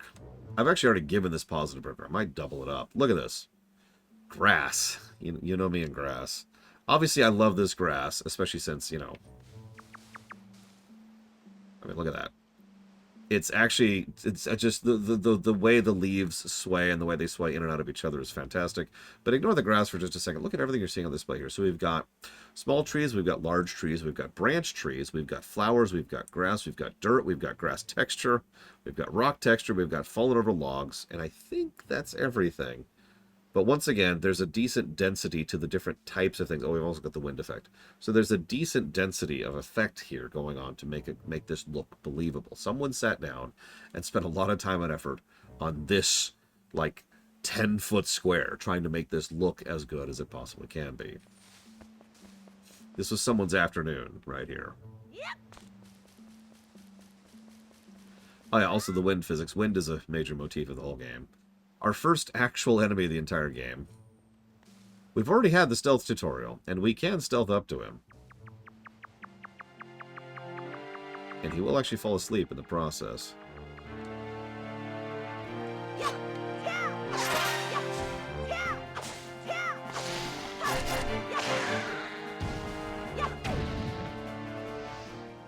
This game is woke! Wait, why is this game woke again? This game is Hitler! And let me remove some resources from the island. Very important. The Windwalker. I would play that game. Just for the fun of it. Alright.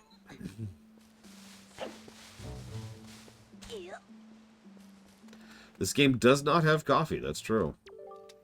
I mean, how would they? This spot marks the remains of an ancient fairy fountain. The legendary hero was said to come here after battle so fairies could ease his weariness. It is also said whoever met the great fairy who lived here was blessed with great fortune, so it came to be known as the Fountain of the Fortune Goddess.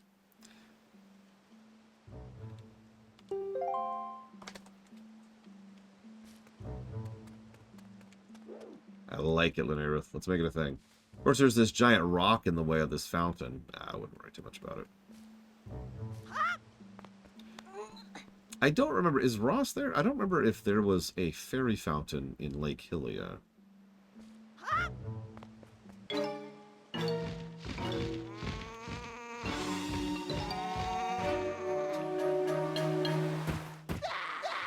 So, no sneaking up on these ones. Figure out combat for real.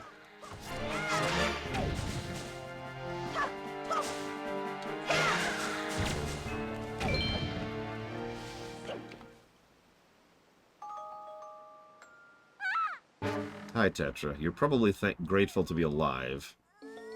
Right? No? No, okay.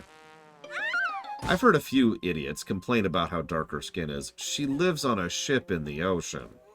She should probably be tanner than this. What's with that getup? Oh, whatever. Where am I? Actually, in the original artwork, she was tanner. Oh, that's right. The giant bird came and... Oi! Yes, Miss Tetra. Thank goodness you're safe. When I saw you dropped on this summit, I thought for sure... Summit? So the bird dropped me on top of a mountain? Oh, wasn't that nice of it. Let's just stand up. Let's go. Time to repay our debt to that bird in full. Good point, Blade Devil. She might be Italian. Don't worry about him. Come on. You're welcome.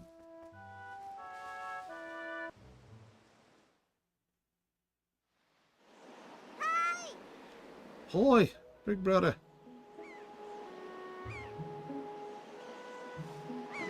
Honestly, it's kind of weird how pale we are here.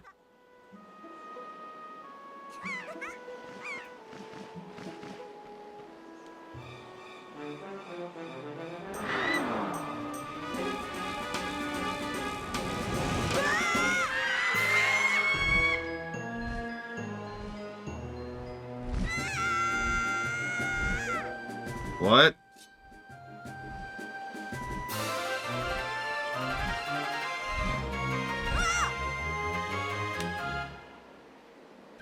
So, we're crazy. Stupid kid. Get a hold of yourself. She's gone. There's nothing you can do. No, we are crazy. But that's okay. That makes sense.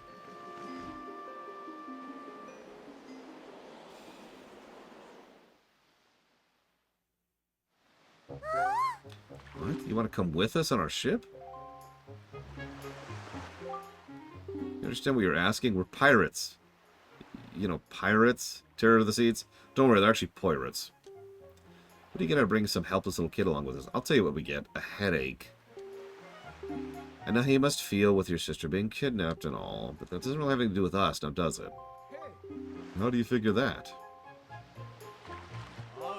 Whoa there! Just who are you? Where do you get off butting in on someone else's conversation? Please, all I mean to say is that if you big bad pirates hadn't come to this quiet little island, that poor girl wouldn't have been snatched away by that bird. Just what do you mean by that? Just be quiet a moment and I'll tell you. As my work entails delivering letters, I spend much of my time traveling among many different islands, and as a result I hear many things. Haven't any of you heard that young girls are getting kidnapped lately from all regions of the Great Sea? No matter whether you've heard it or not, that seems to be the case. Young girls with long ears like yours have been getting kidnapped, never to be seen again. Unless my eyes fail me, the young girl who was just kidnapped from this island also has long ears, does she not? Much like you, Miss Fearsome Pirate. My point is the bird mistook that poor girl for you, and that's why it grabbed her. Correct me if I'm wrong, but I believe it was young Osh here who saved you from the monsters in the forests, wasn't it? Is this true? Oh, and while I'm at it, I may as well tell you the bird that kidnapped both you and Osh's sister made its foul nest to the north, to the heights of the Forsaken Fortress. Forsaken Fortress? Isn't that the place where... So what are you going to do? Under the circumstances, I don't think it would be unreasonable for you to give Osh a little help now, would it? I don't need you to tell me that. Even if I were to consider it, lately I've heard nothing but evil rumors about this Forsaken Fortress. You can't possibly mean to go there with nothing but a cheap little sword. That's not brave, it's stupid! I mean, come on, even a simple little island like this has to have something like a shield. You know, something to protect yourself with, anything. Tell you what, you come back with something like that, we'll let you stow away on our ship. Oh, one more thing. Once we leave, you won't be coming back for a while, so better say goodbye to your family while you have the chance. I don't want you getting all weepy-eyed and homesick on me.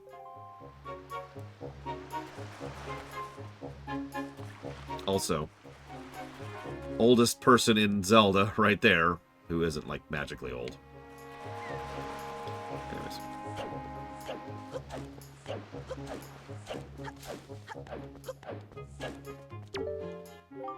Gosh, I thought I heard Errol's voice cry from far away. Is it really true? Yes. We are on a quest.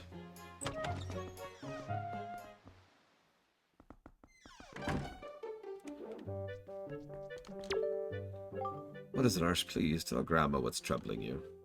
Where's Arl? Is she still playing outside with the gulls? Yeah, I'm gonna go be right back, Grandma.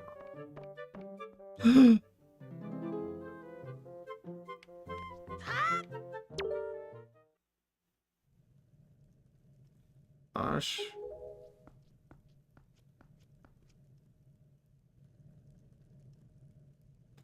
Is this what you're looking for?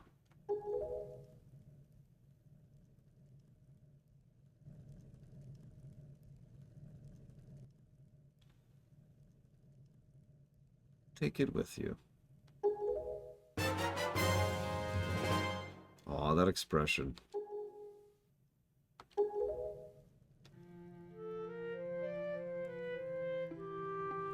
I guess it's true. Arrow really has been kidnapped, hasn't she? What kind of monster could take such a sweet young child?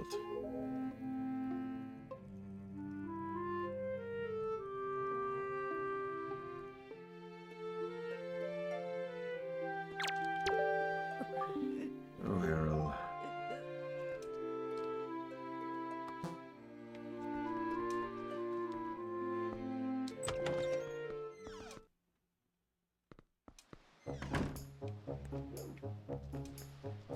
You know one thing I do very much like about both Wind Waker and Twilight Princess?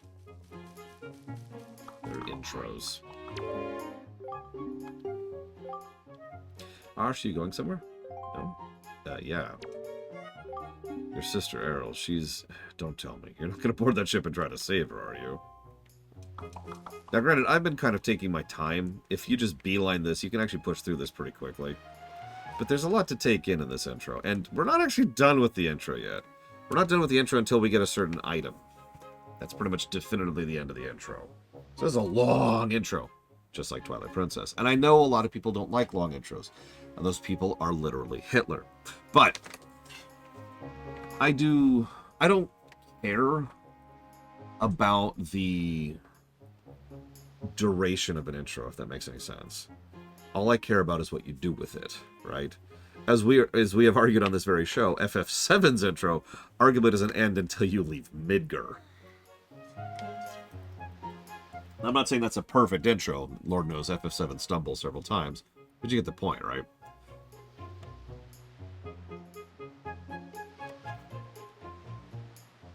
Yeah. Do they do a good job with it? Is it well-paced? Is it interesting? Is it dense? It's terrible, Spartan. I spit upon it. I mean, hi.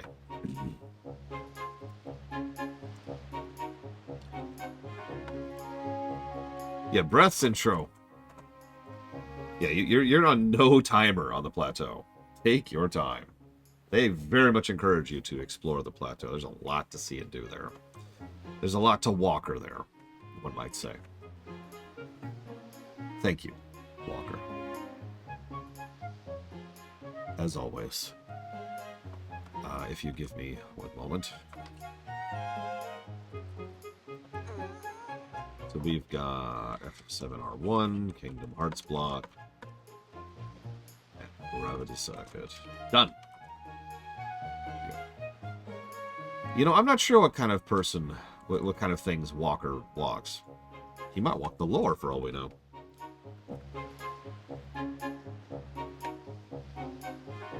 So we've got...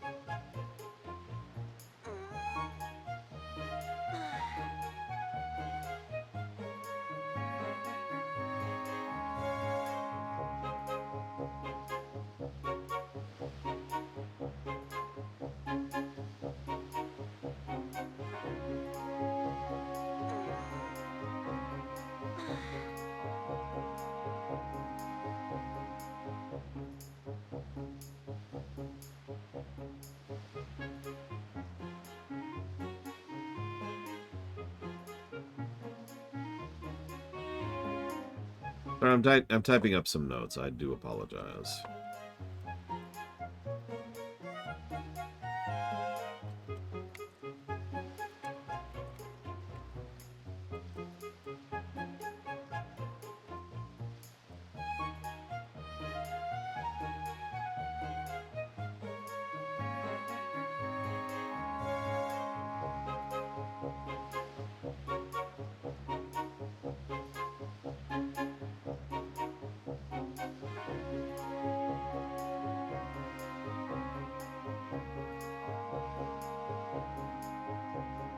Yeah, no kidding, Lidwell. I don't have to pause because there's not a timer happening.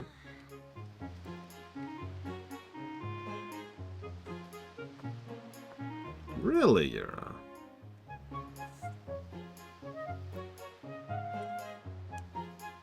Other than the bloom. How so? Unless it's just the bloom, in which case, no arguments.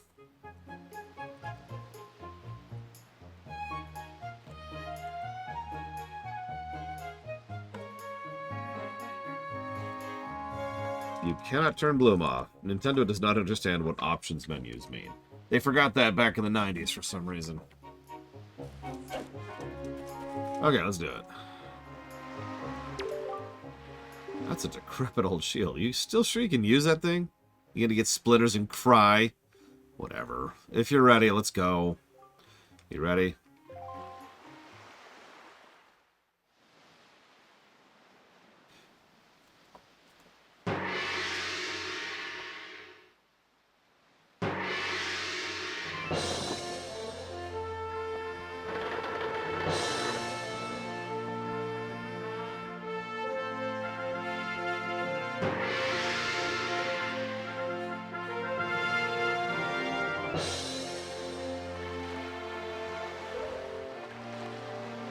Although this is assuredly in reverse, the stylings of this ship look a lot like some of the more stylized stuff they would see in later games, like Skyward Sword.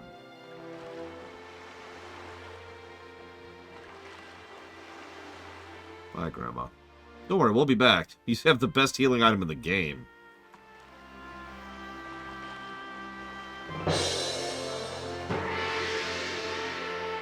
That's not a joke. Grandma's soup is OP. How much longer is this going to go on? Do you have an estimate? Are you sure you shouldn't just quit right now? Seriously, think about it. I can tell you're just going to get more sentimental from here on out. Still time, you know. Are you sure we shouldn't just turn around and take you back to your island?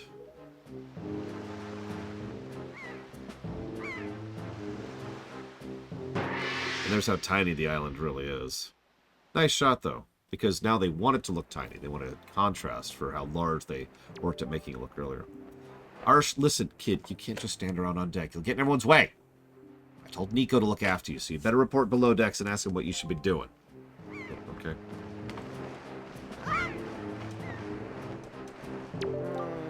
And Nico didn't make out half bad with you being the new Swabby and all. New Swabbies always get stuck doing the hardest work. It's a raw deal, but hey. I tell you, it sure sounds like Nico's happy to finally not be the bottom rung of the pirate ladder. You bet he is. But don't sweat it. I'm sure you'll do just fine, as long as you don't disobey him.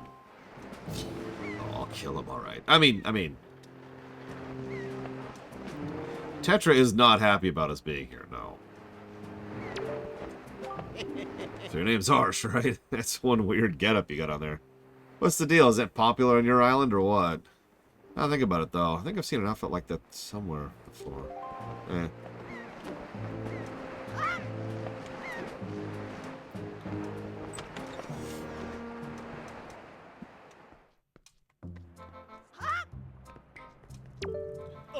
Stop right there, criminal scum. Most of us real pirates aren't even allowed here. There's no way of letting an outsider in. Don't even think about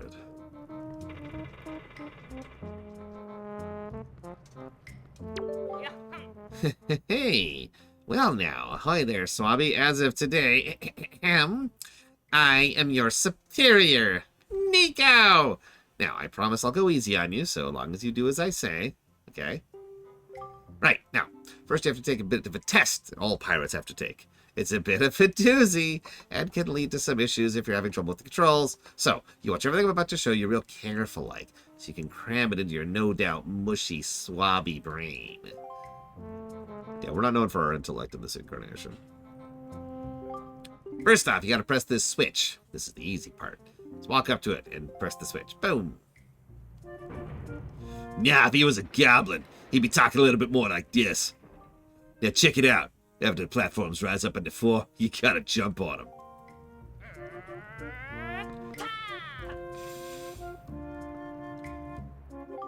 Okay. I was able to jump to this first one myself, but that next one's too far, right? That's when you gotta do this.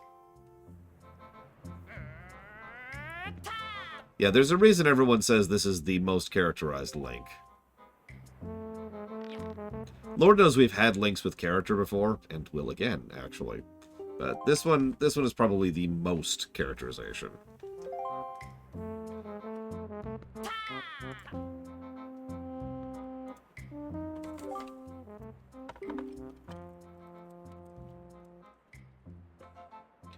Sorry, jotting down some thoughts here. It'll probably take you at least 1 year before you're good enough to make it all the way here. One rough year. One rough year full of bumps and bruises. Of course, you manage to do it faster, I'll reward you. Now give it a try, it's ought to be good for a chuckle or two.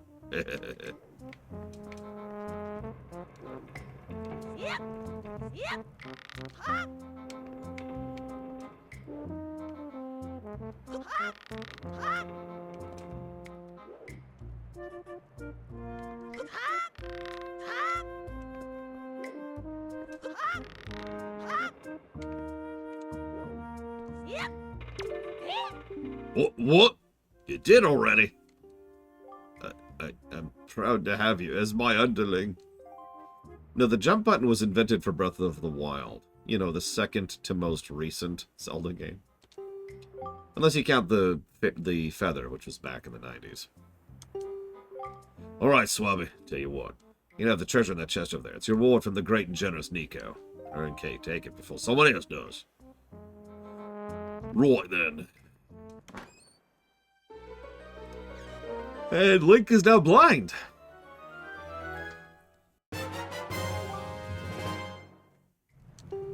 You have the loot bag. You can carry spoils now. Arsh, we've reached the Forsaken Fortress. Get up here. Makes sense. It's not actually very far from Outset Island.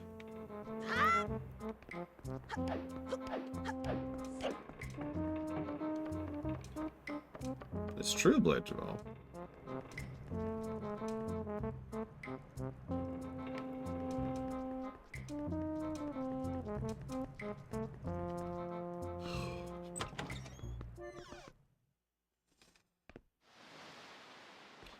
So, like I said, we're not actually out of the intro yet. We've got one more section to go through.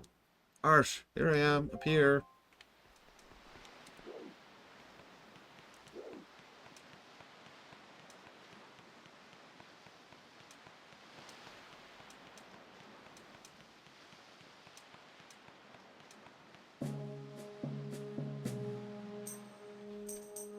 What are you doing with Nico? Don't tell me you're playing some stupid game for treasure, were you? Whatever. There's something you need to see. Have a look over there. That's the cursed isle known as the Forsaken Fortress. You might know it better as the Gerudo Desert. There are all sorts of strange rumors about this place. What I do know is that long ago it used to be a hideout from no good group of pirates we used to compete with. They're all pretty small time. Now the place looks like it's pretty dangerous. I knew it. Look. Over there. By the window. Ever seen so many seagulls flock like that before? Bet you anything that's the place where they got your sister locked up. Looks like the whole place is under really tight guard. This won't work. We'd be spotted before we got anywhere near landing there. What do we do now?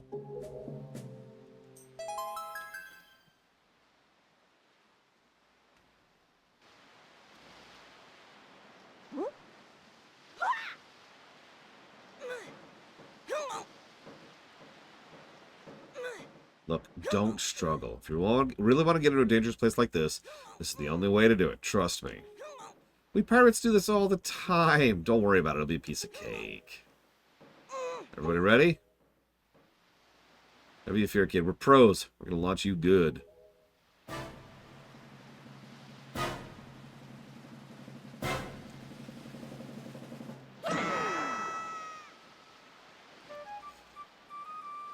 And we're dead.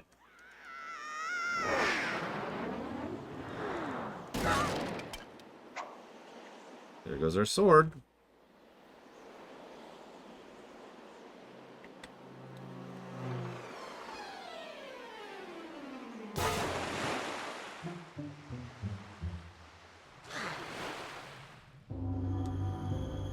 You've probably plateaued, Lunarith.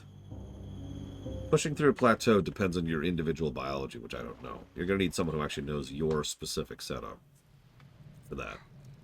And make sure they know you're trying to get past a plateau. Sword launched all the way up here? Shoot, I'm sorry. I apologize. I guess my aim was off a little bit. Look in your face is priceless. Slip this stone into your pocket before we fired you over there. It's no ordinary stone either. I can see what you're doing through this stone, so obviously you can hear me through it. So, she's our helper for this. You know, our Navi, our Midna. We keep referring to a Midna. We haven't even met her yet. Put this stone in your quest tree and... Listen carefully. I need this back after you save your sister. So don't go losing it, okay? We got tattle from Majora. Alright then, down to brass tacks. Courtyard is awash with searchlights, so they'll see you right away if you just go charging it. You better think it through. You like mandatory stealth sections, right? How about we start a Zelda with a mandatory stealth section?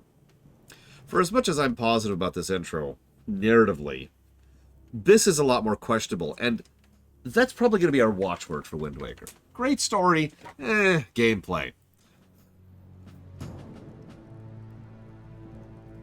I do want to write something down first.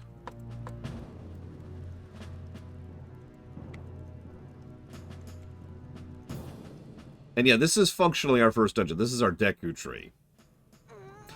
This is our Deku tree. Remember the Deku tree, which is really, really, really good and one of the best tutorial dungeons, like, ever? Yeah, then we've got this. I would say go ahead and ignore it, Linnea, at least at the moment. You'll really know if it starts to be an issue because of how you feel, not because of whatever's on the weight scale. If you start to have issues with keeping your breath, or your blood isn't pumping properly, or you're just not having energy all the time, that's the kind of thing to watch for.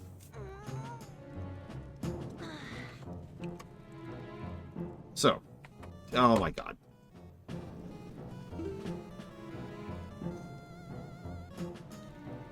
Go ahead and save really quick here. We also have a map down here, so that's cool.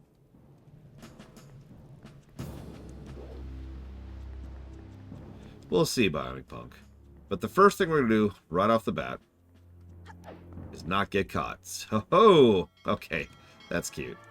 So we actually will be getting caught, first thing.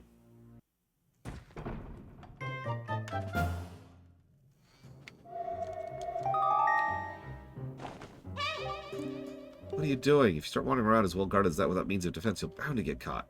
You should see if there's something you can hide yourself with. Think stealth. Well, let's see. Well, the good news is, I've learned from the best. Snake's got nothing on me.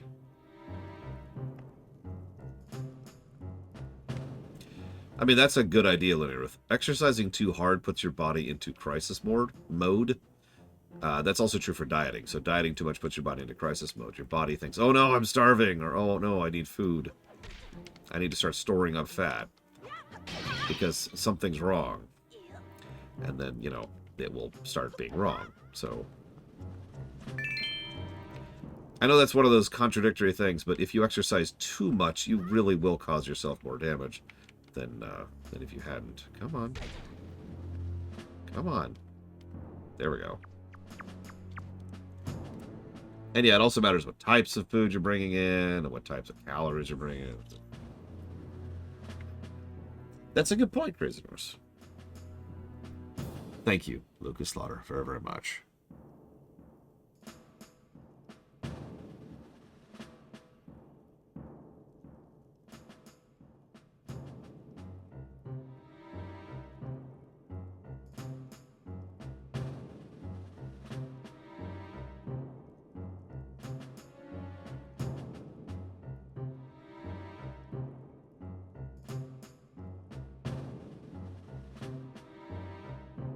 Always appreciate your support. Thank you so, so much. And I will put all of that towards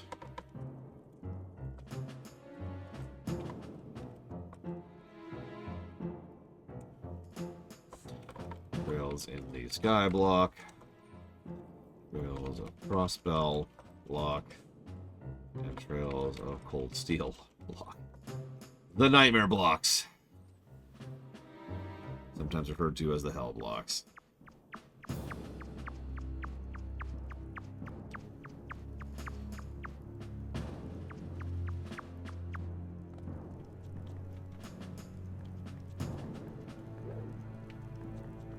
And we're out.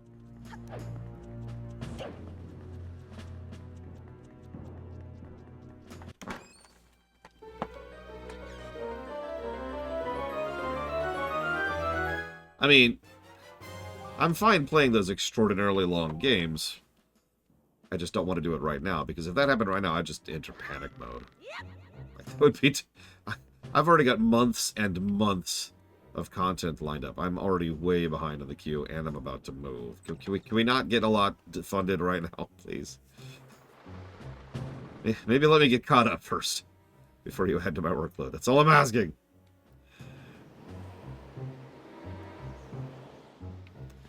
Okay, so I, of course, do not know the way through here, by the way. But it does give us some shots. Then my job gets a lot better, Yura.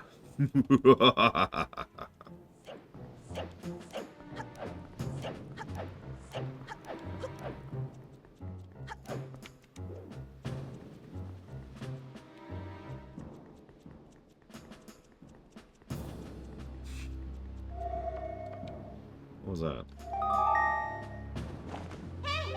Listen up, Arsh. There's a monster running the searchlight. If you can slay it, maybe it'll shut the searchlight down. Okay, so why don't you do this tutorial instead? Oh my god, I'm stuck on the ladder! Oh god! There we go. Oh, I have no idea, Bella. I haven't even thought about that. I'd have to look at my lists. There's a reason I have lists.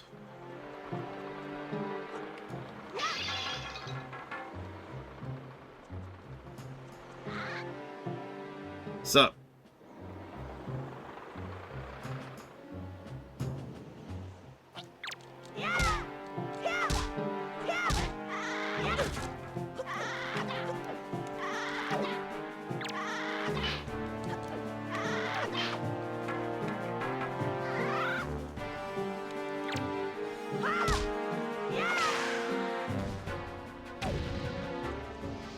No, we can't do ladder percent. We're not playing Bloodborne. Okay, so that's one of the searchlights knocked out.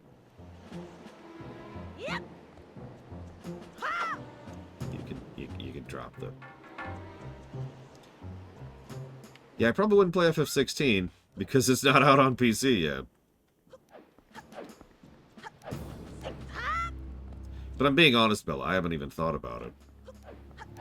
I just have too much other stuff in my mind right now to even put that into my mind. But I also constantly keep track of games I want to stream and games that have high interest to be streamed. So I have lists from which to pull. I do not have a PS5, and PS5s also require separate capture equipment, which honestly can go straight to hell. So as a consequence, I will probably never have a PS5. And I'm okay with that. I don't need to spend money for something I don't even need.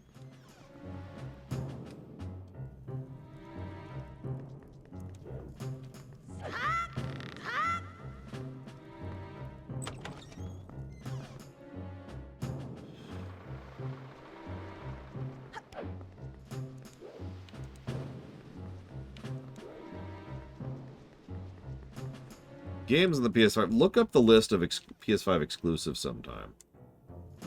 It's a pretty small list.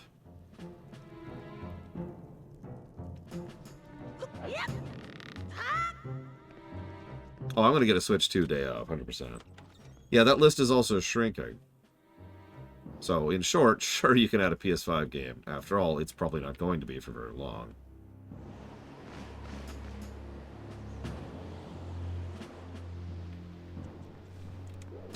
Yeah, as much... I will never give...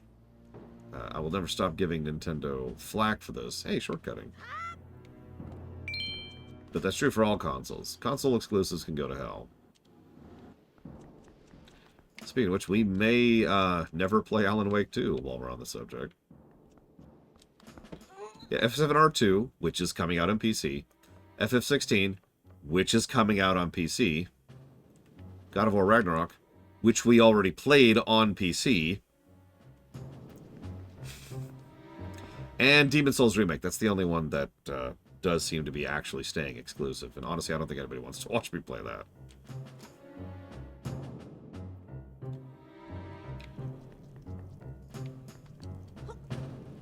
Might have been on PS4. I don't know. I like how they move in time to the music, by the way. Yeah, tell me about it, Lucas Lauder.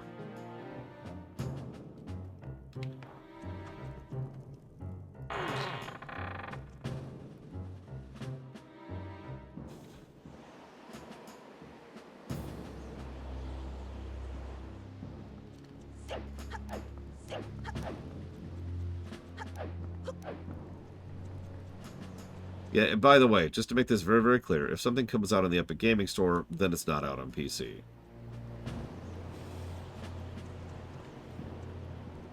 So.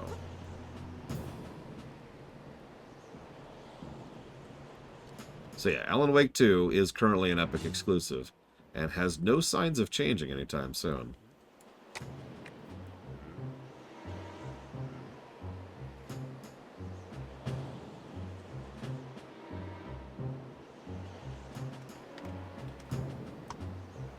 Yeah, that is a really big we'll see.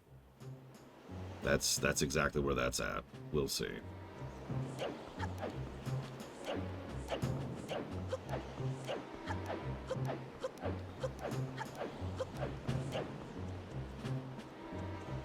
There's actually quite a few things that go into that, Spartan. I mean, their store is still garbage, hasn't stopped being garbage. And Epic themselves are kind of a crap company. But we can just call it general disdain, because I don't feel like going down the list, if that's okay.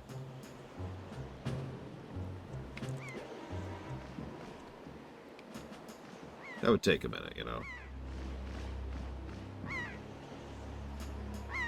I apparently haven't taken that one up yet. How?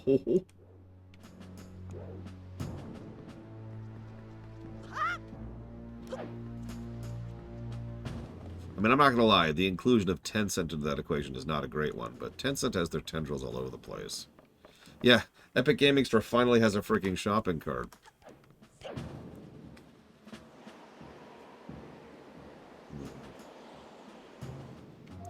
What? What, Navi?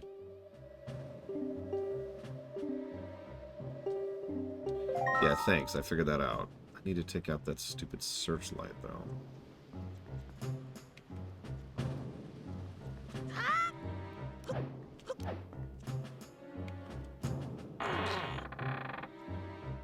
Yeah, exactly, Crazy Norse.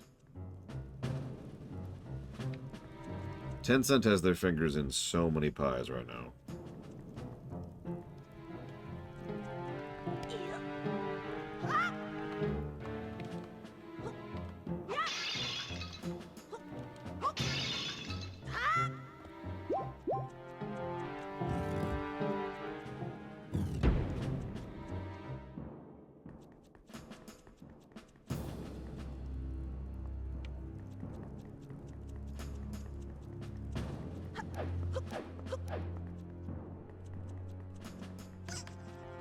Yeah, thankfully or otherwise, Tencent seems to have backed off of, and I'm going to say this as elitistly as I possibly can, real gaming.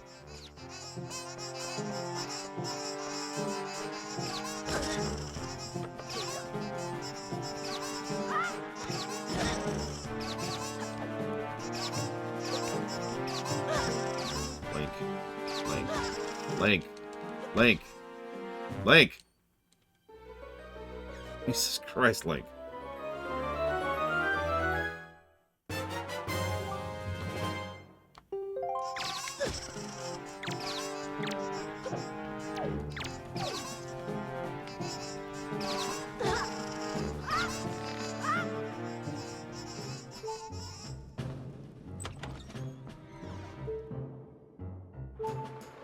Yeah, I've never even played these games.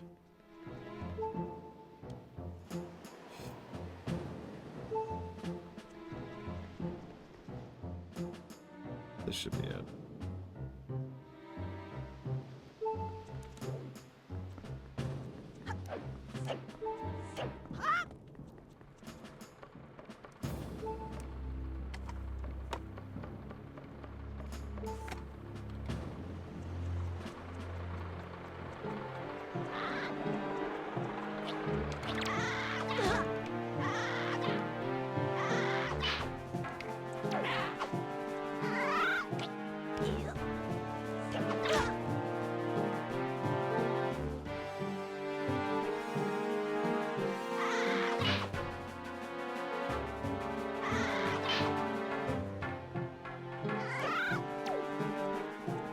Link, I really need you to actually pick the damn thing up, please. Link. Link. Link.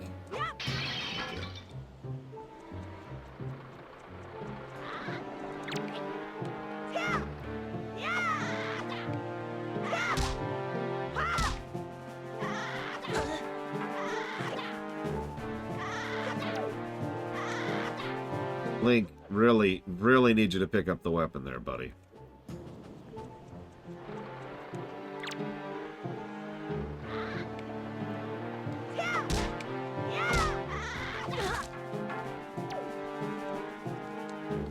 So yeah, for whatever reason, you can't pick up a weapon while you're locked on. And we're dead! Wow! We died in the Deku Tree.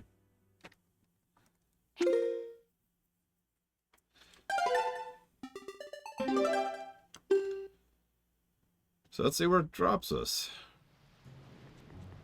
Okay. Okay, it saved our shortcuts.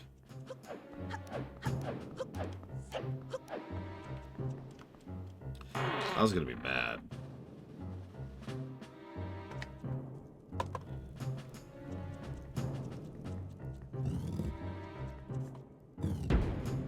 Default to, there you go.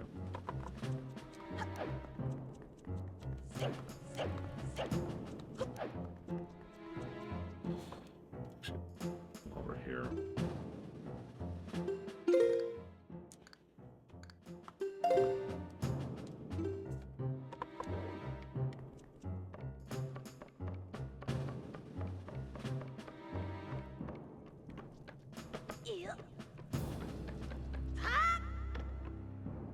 Okay.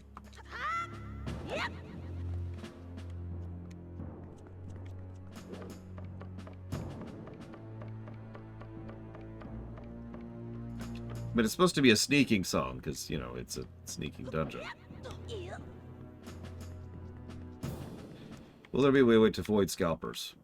I mean, the way you avoid scalpers is you don't pay for their crap.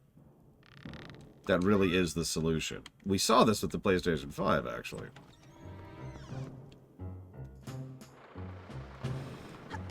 Those poor, poor scalpers.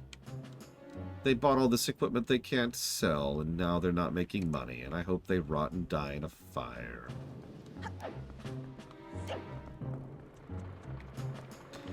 There are actually about a dozen or so different ways people try to avoid scalpers. The problem is the single biggest thing that'll avoid scalping, by a large margin, is supply. Exactly, Christmas. Screw scalpers and everything about them. Should honestly probably be illegal. As in, like, criminally punishable. Then again, I have a great deal of vitriol for scalpers. Scumbags.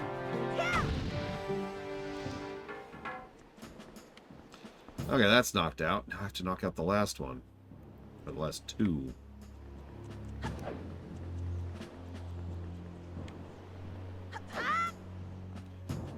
I mean, I'm gonna go ahead and, you know, buy a Switch 2 day out of faith, because the last time a Nintendo console failed me was, oh, that's right, they never have. Agreed. Nugget Cruncher. And planned obsolescence. Can we get rid of that one, too? Is that a thing we can do? No, the Wii U was... the Wii U, which I'm playing right now, was a worthwhile purchase that I don't particularly feel regret about procuring. And I played quite a few good games on the Wii, too. So it looks like this way. Yeah, thank you, game. Thank you. That is actually an interesting possibility, Bill. I hadn't actually thought about that. So for those of you who don't know, I was paying attention... The Power Clips are not a console. I was paying attention to trends in marketing cycles, in production lines, in trading trends, you know, economic crap. And every indication was that the Switch 2 was going to be ready to go this March. You know, the March that's a few months ago now. It wasn't. That was a little confusing to me. It would be interesting if they were specifically stocking supply to avoid issues.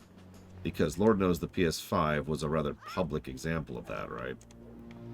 I can make this jump. I just need to be more... Oh my god! The ladder, Link. I need you to go up the ladder.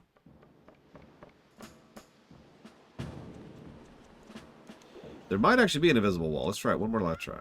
Oh, yep, nope. That is clearly an invisible wall at that point. Damn it. Okay. Okay. That's the water.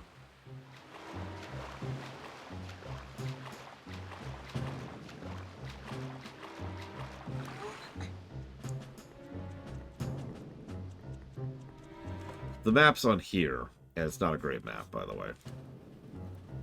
Like, I am not impressed with that map at all. It's barely functional.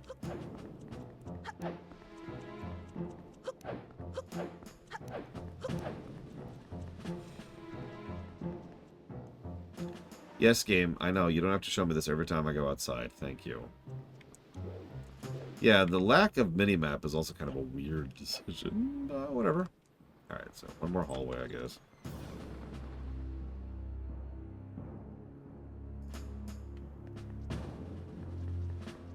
Maybe here? No, maybe this way. No, this is just where we were imprisoned. Chocolate chip banana bread, huh? That sounds interesting.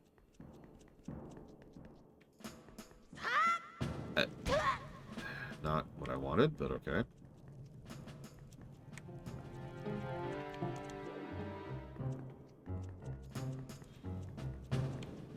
Okay.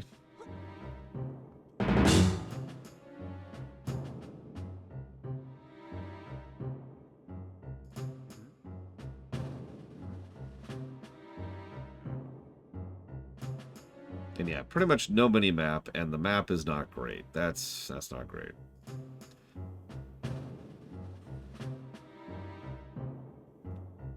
Nothing to smell here, officer.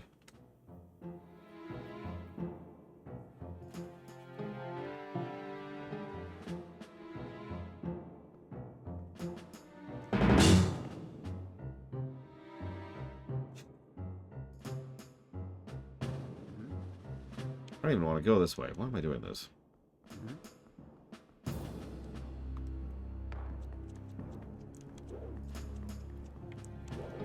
Do I have to go this way? Oh god, I think I do.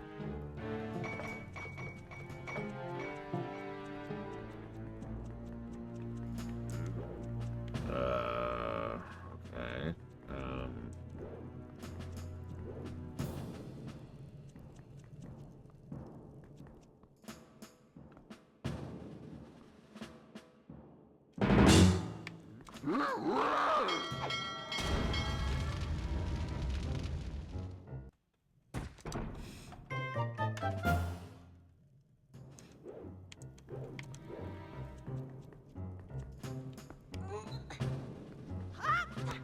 So anyways, I stand by my statement. I don't think this is a particularly good intro, gameplay-wise.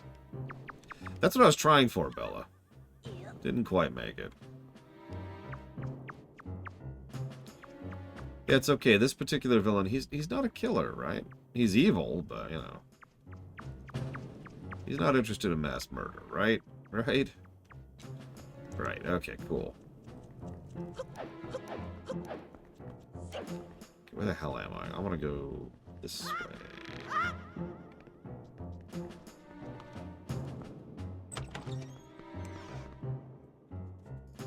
What's really frustrating, if you've been paying any kind of attention, I've already found the route up. That's easy. What I need to do is I need to knock out the damn lights so I can then finish the route up. That's what's been taking me a minute.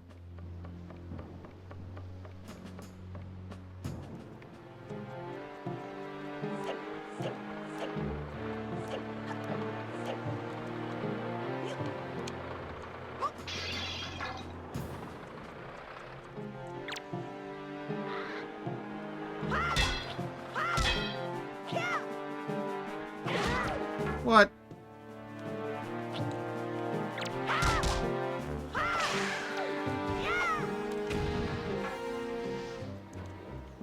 Okay, so that should be everything. Check the map. Yep, we're good. Now we can progress. Ow.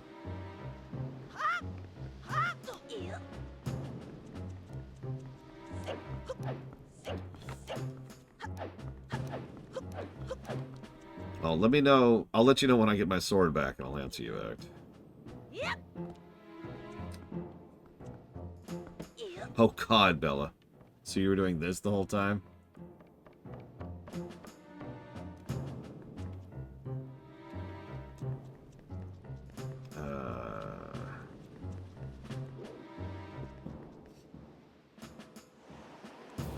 Yes, please stop showing me the same camera things every time. Thanks, Cam.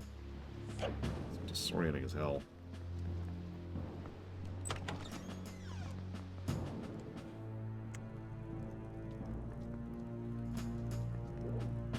This feels like the wrong way.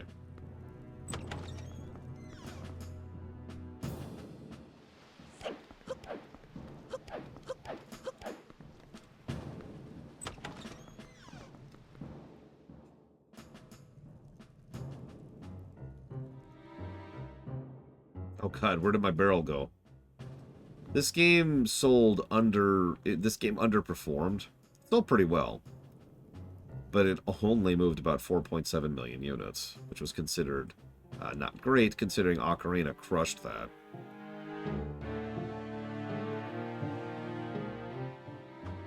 It would also be outsold by its own sequel, Phantom Hourglass. But as anybody in Reality Land will tell you, getting into the 7 digits is really good. I actually don't know how well the HD version sold. I don't have figures for that off the top of my head.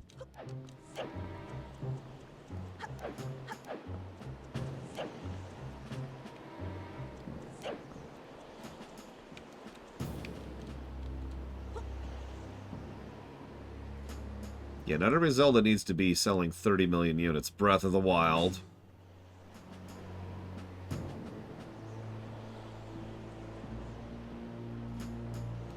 Such a dumb attitude. If we're not selling 5 billion units, why are we even trying? Why make any Zelda games if they're not going to sell super well? You're so stupid. Yeah, these games would sell really, really well on the Switch. I'm legitimately gobsmacked we haven't gotten these ported to the Switch yet. And at this point, we never will. Now, they might get ported to the Switch too. God damn it.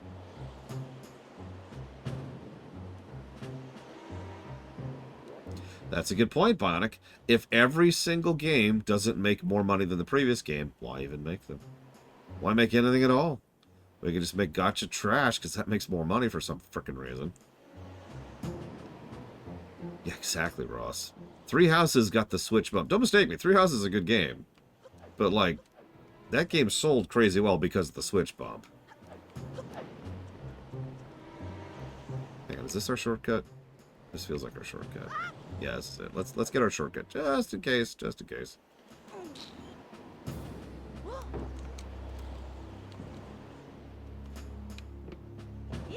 Yeah, then there's Fire Emblem Heroes.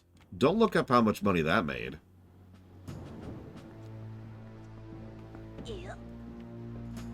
So let me talk about the sleep meta. For those of you who were paying attention earlier, I talked about how it's become very, very widely popularized over the last year or so.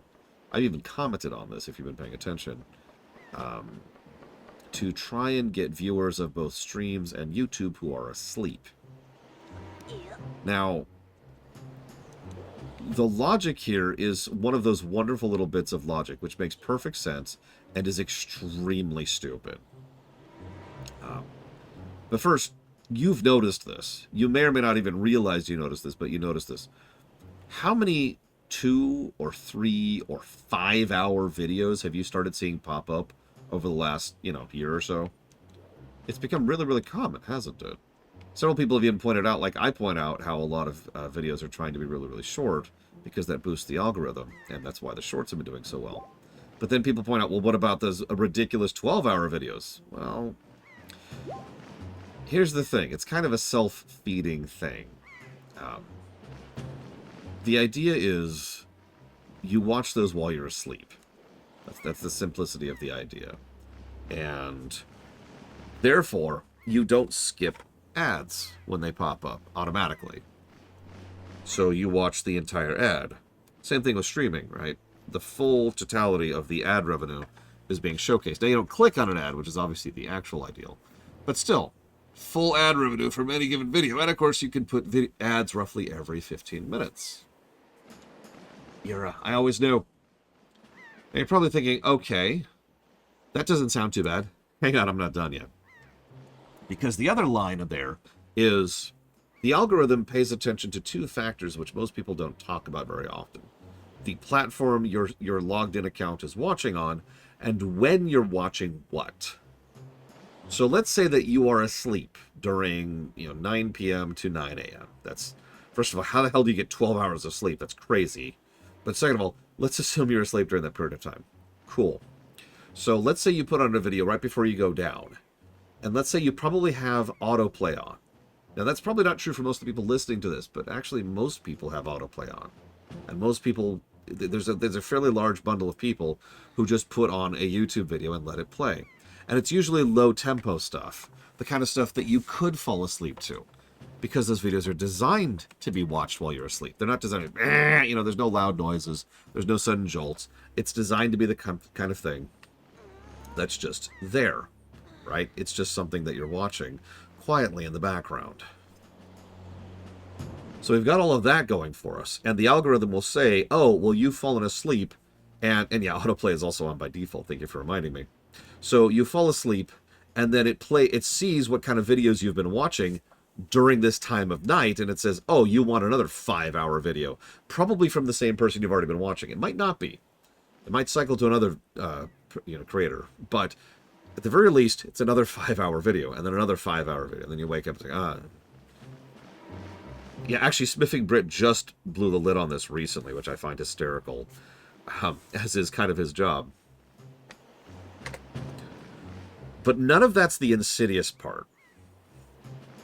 If you ever want to know how stupid late-stage capitalism is, think about this. Why are those videos so lucrative? The answer is because they generate tons of ad revenue. From people who are asleep. If you watch 50 ads over the course of your night while you're asleep, then you don't watch any of those ads. None of those ads are watched by you. So the entire point of an advert to get you to be aware of a product and then buy it is not happening. If you turned on a laptop and faced it on a wall and just left it playing ads over... No, it's not subliminal. That's not where we're at. This is actually much stupider than subliminal. If you turned on a laptop, faced it at a wall, logged into an account, and just started watching your own thing over and over, it would generate tons and tons of ad revenue that would never generate a single real dollar. No real sales, no real transactions. All it is pushed over in the corner, adding statistics saying, oh, look at all these people who are watching our ads. Money, money, money, money. Sorry, forgive me for getting angry about this, but this is something I've bashed on for over 24 years now. And I believe we're actually at the 25-year marker at this point. I have been bashing on for 2.5 decades that ads are a goddamn scam, that they are a lie, that ad revenue is a lie, and it has been since the newspaper era. But here, hang on, bring this to modern time. So all of these ads are going to people who aren't watching them, and those people are gladly spending money, paying YouTube money, which is paying the creators money, in exchange for nothing, because they get nothing out of that. No real dollars, no real transactions, no real products purchased, no real services procured. No actual financial transaction has happened. They are paying for nothing.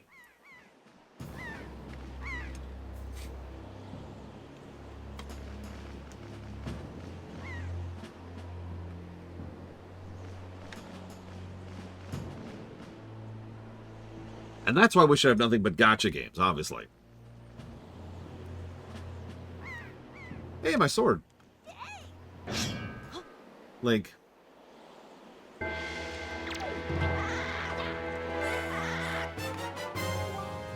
Now we're in business. Take care not to drop it again.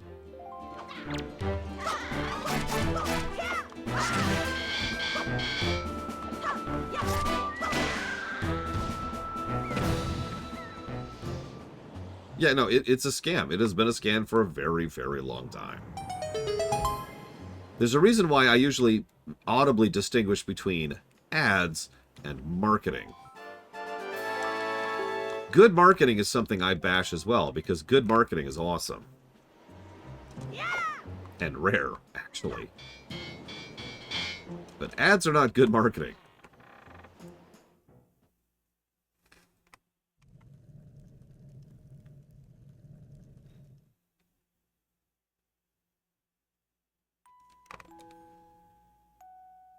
Oh, Jesus, Shadow Machine. Several other interesting people here. Well, it varies. And that's the answer. Good marketing is tailored to the product, to the time, to the customer, to the venue. That's good marketing.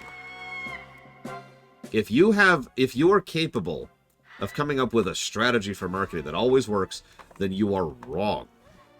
Because that's not good marketing. Good marketing is tailored. Good marketing has work and effort put into it. But, fundamentally, good marketing is marketing that works. Why do ads still exist? Because it's a bubble that people don't want to get rid of. Who's that weirdo?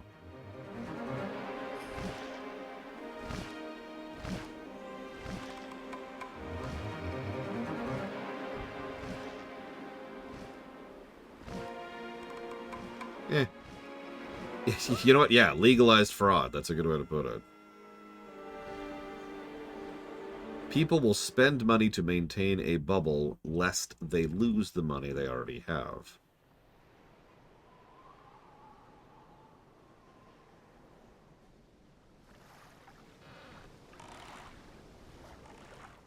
Hello.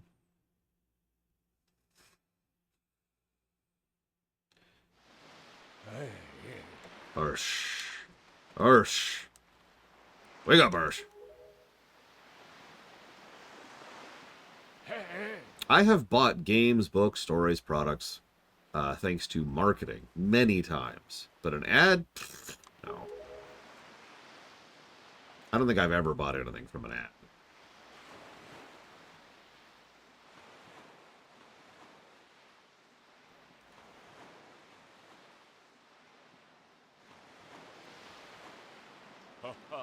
Well, have you come to your senses yet? You are surprisingly dull-witted. Yes, we have essentially just left the intro. We've got like one last cutscene. But for all intents and purposes, we have finally left the intro. 2.5 hours. Did I startle you? Yeah, by the way, this guy's a dick. I suppose that's only natural. As wide as the world is, I'm the only boat upon it who can speak the words of men. I am the king of red lions. Do not fear. I am not your enemy. Arsh, I've been watching for you since you went to the Forsaken Fortress to rescue your sister. I understand how your desire to protect your sister could give you the courage to fearlessly stand up to anything. But such a bold attempt was foolhardy. I suppose you saw him, the shadow that commands that monstrous bird. His name is Ganon.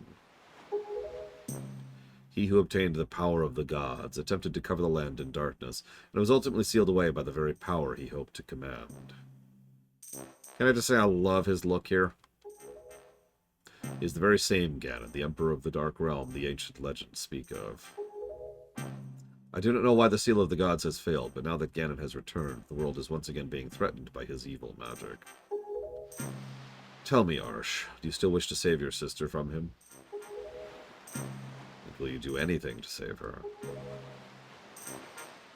I see. In that case, I shall guide you as we go forward, advising you on what you should do and where you should go. Ganon cannot be defeated by human hands, let alone what little strength you possess. Key to defeating Ganon is locked away in a great power that you can wield only after much toil and hardship.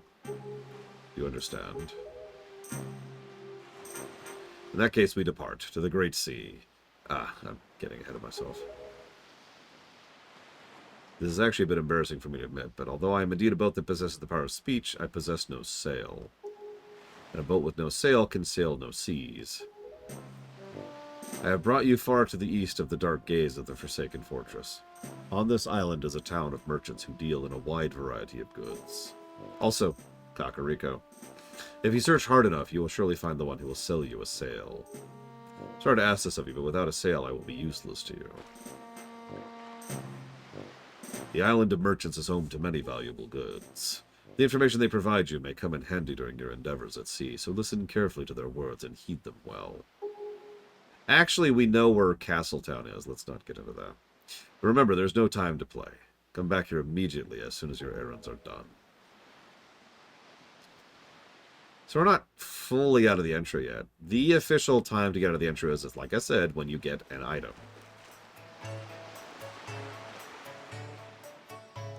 So this is the most civilized it gets. Just like Kakariko, actually. This is it. I'll show this off more in just a minute. But at the moment, I need to AFK very briefly. I'll be right back.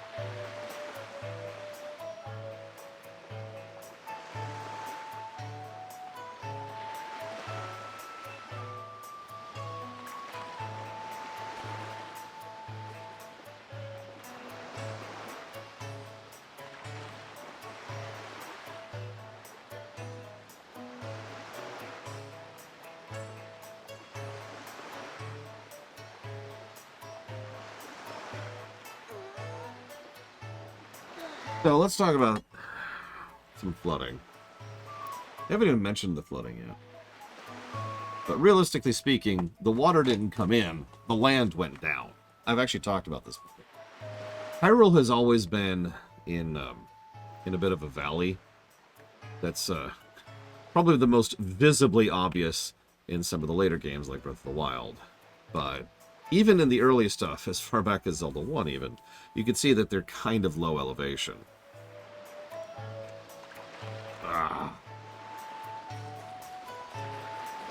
Oh, right. Whatever. I got to do my notes. Let's do that before I forget. But even regardless of, like, previous games, it just makes the most sense to me that land would go down rather than water would come up. Because, I mean, I know this is a fantasy setting and all, but the water going up, like, what is that, like half a mile? Like, really think about what would be required for the water to go up, like, half a freaking mile. We also have indications that several chunks of land were kind of shoved up along with it. That's why the Gerudo Desert looked like what it just looked like. That's the Forsaken Fortress.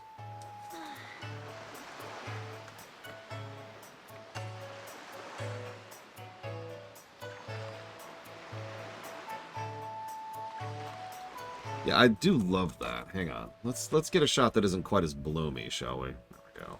Something a little bit better.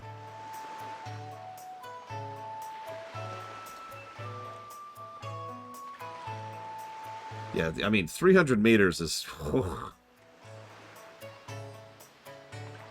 That is not an easy ask. Okay.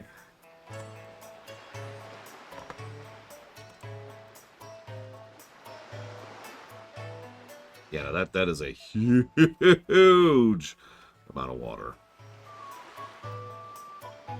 Yeah, isn't there a site somewhere that does like a simulation of here's what the world would look like if you raise the water by X and you can change the X variable? Or am I misremembering that? That might actually be a game now that I'm thinking about it.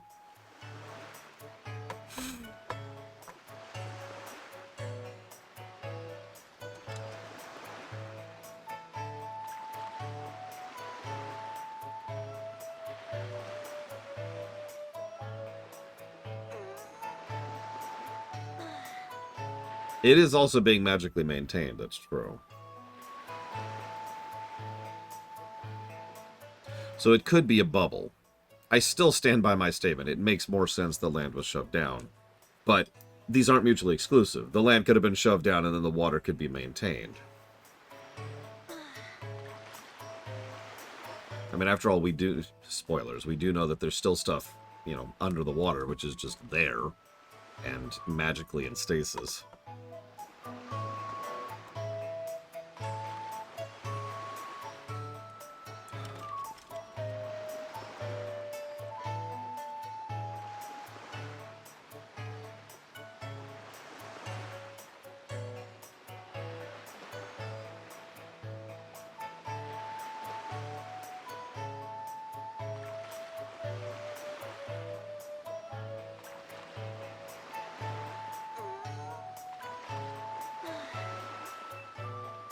Probably nefarious. As much as I praise this game's visual storytelling, it still could use a couple of additional polishing paths. Like, if I could bring someone like Yura or Evo in on this, I'd be like, alright, describe the situation, describe the setting. And I bet they'd come up with stuff that looks a little bit more realistic than what we have here. Maybe realistic's the wrong word, but you get my point, right? Stuff that would make more sense to be here. Like, they probably shouldn't have masonry in the strictest sense of the word. Or if they do, it's literally mud huts kind of a thing. Baked in the sun, you know?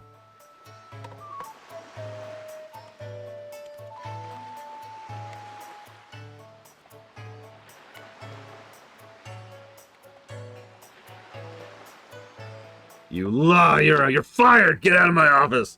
I want you to clean out your desk by 3!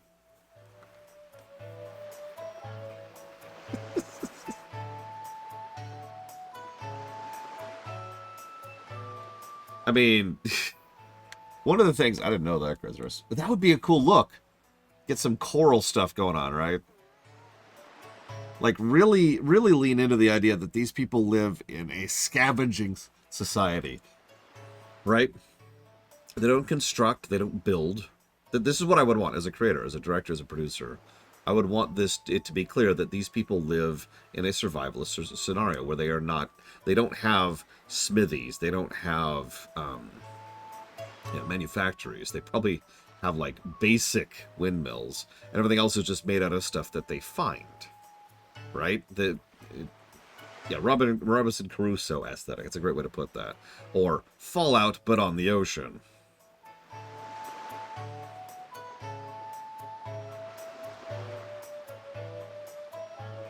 And yeah, I like the idea of there's being some flottillas. I get why they have... Yeah, no mining, no forging, nothing like that. Lots of driftwood. Lots of chunks of branches, you know. Yeah, kind of the aesthetic of several of the stuff you can build in Raft. Although we can build some extensive stuff in Raft, but the aesthetic is still very much scavenged, right? We're just making do with the debris we found in the water. This game is 100% post-apocalypse off the Deep Red. Although, whether it's post or post-post is a matter of debate. See, cozy should be Spirit Tracks era, right? Settled, new land, built-in railways, cozy. This, Part of the reason, too, I want this to be mostly on the visual side is I want it to be more there for people who are paying attention. No elitism. It's just, you know, the whole point of this game is to be this light, happy, silly, post-apocalypse hellscape. And a lot of the way to do that is to have most of the characters just kind of be like, yeah, we'll make it go. We'll make it work of it. Everything's fine. And then visually you look around and it's like, ah, you know, and you start to pick up on things. Anyway, sorry.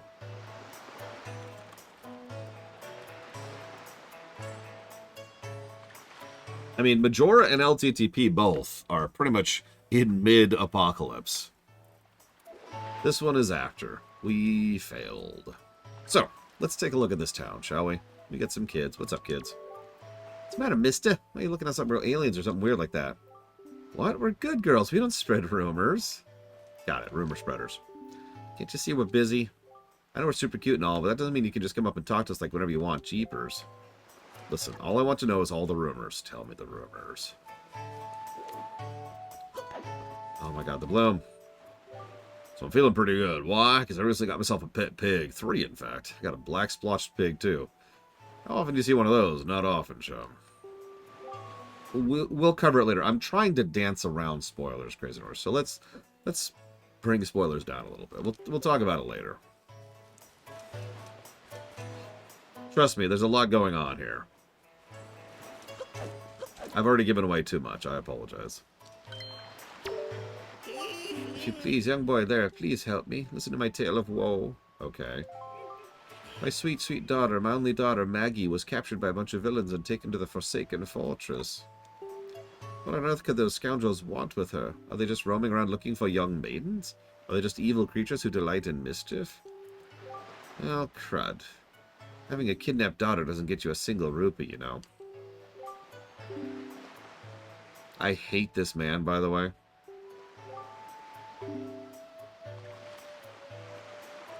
I hope you'll give those scoundrels in the Forsaken Fortress a good scare. They'll pay for what they've done. Oh, yes, pay. 'Tis a peaceful place, this here island. People here would never even dream of leaving their little paradise and setting sail on a voyage at sea, you know what I mean? Oh, this town is full of faces that don't even show the slightest interest in sails of a ship. Are we sailors the only one? Has no one else set on the Great Sea? Yeah.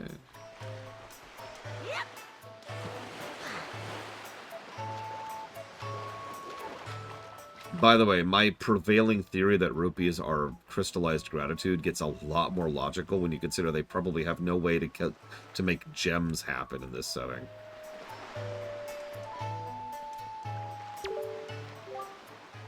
You say you want to sail for a boat. You tell me you're kidding with me. Listen up, laddie. Try using your head a little more. What makes you think a bloke like me, a guy who makes his living off the sea, would give away the very sailing gear he needs to survive? Look elsewhere, laddie.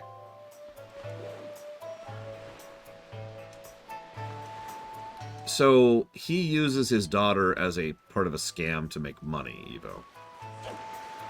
Nothing gross. Well, okay, nothing overtly gross. He just likes to play the sympathy card, right? He's a scam artist. And she's the adorable daughter. Oh, please, mister, I'm so sick. Won't you give me 10 rupees? Cough, cough.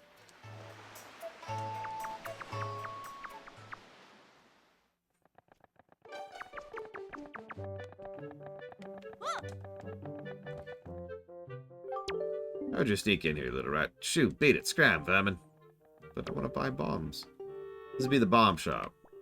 Bombs, bombs, bombs. My ancestors have been making bombs for generations, huh? Now it seems like I'm the only one person left in the world who works in the bomb industry. Which means I'm the best in the world. That means I don't go sell my work without approving of who I sell it to. And I'll approve of you, so beat it. Okay, okay. Jeez Louise, dude.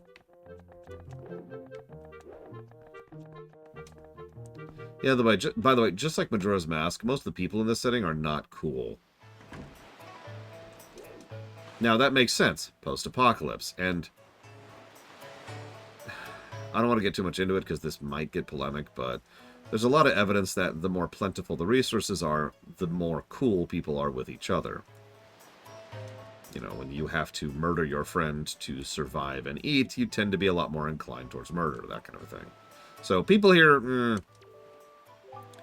Indulge me for a moment. Please admit I'm looking fine. I looking at this fine would have won me Missed Windfall crown back in the day. Still looking better than all the young girls I know. Whew, whew.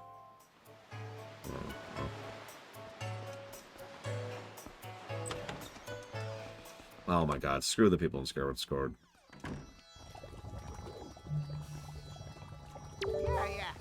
Standing in the one and only Chew Jelly Stew Shop. Must have heard, our potions are the best. I'm telling you, they're too good. In fact, they're absolutely incredible.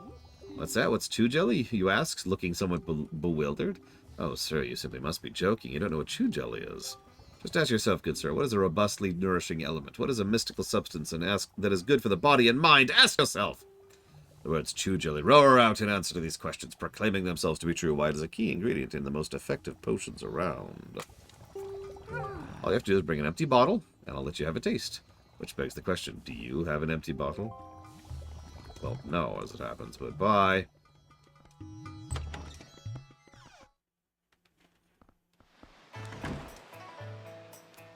I didn't say it was universally true, Crazy Norse, but there's plenty of evidence that it's true in other circumstances. There's also probably a bit of a gradient going on there, too, if we're being honest with ourselves. But yeah, so there probably shouldn't be jars, and there definitely shouldn't be walls. I'm willing to let that go. Because... no, I'm not. So, having said that, the real issue here is that, as I think I mentioned, the whole, ocean thing was something they came up with reasonably well into development, and the story was kind of formed around that. But they wanted this to be a typical Zelda game. So it has typical Zelda elements without thinking about it. We have a term for that. That term is called underthought. So, negative to world building, underthought. There's simply entirely too little effort put into some areas. Like, the one we're in right now. Enjoy the eats, Evo.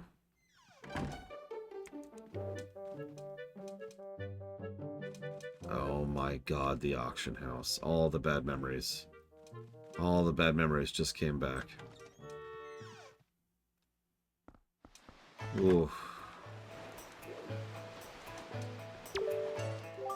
Looking for a sail? I have no idea where you'd find one. Do I look like a sailor to you? Look, I'm feeling down right now, so shove off, will you? Go pester that guy in the massive coat. Okay. I mean, yeah, where the hell are they getting any kind of metal? Like, I would have liked this. You don't have to do much to establish the kind of world building that I would have liked out of this. In fact, they already do it for the most part, which is really frustrating. You look like a curious boy. Do you know there's an island to the east of here called Dragon Roost Island? Folks say the island is the home of a tribe of people who dance in the sky like birds on the wind. They call themselves the Rito, and they say a sky spirit lives nearby. If someone like me, a person who's never left this little island, it may as well look like a fairy tale out of a child's book. Ah, if only I had my own boat.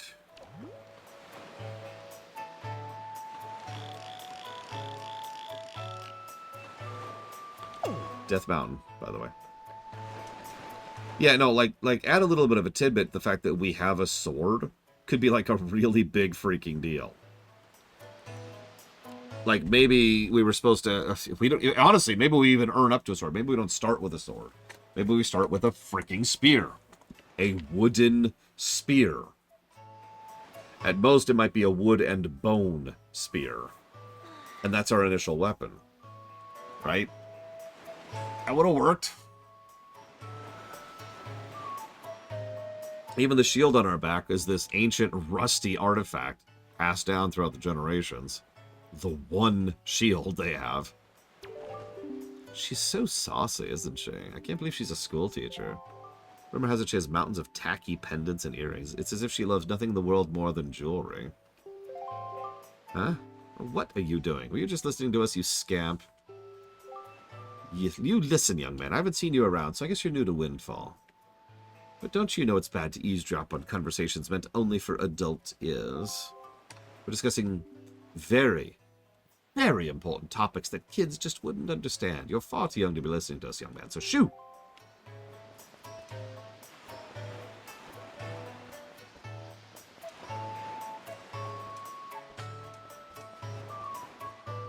And yeah, I'm telling you, go into the... Yeah, I'm kidding, bro. Really lean into the scavenged look. There's probably a term for the scavenged look. You know what I'm talking about. Do you happen to see the post box near the docks? Just so you know, if you want to send someone a letter, do this tutorial. And yeah, I like the idea that the only real connection the islands have with each other is because of the Rito, who volunteer to carry letters across, the different islands by flying between them. That's a nice bit of world building that they did earlier. The Rito being kind of the connective thread between islands is a thing. We'll talk more about the Rito later. Ah, right.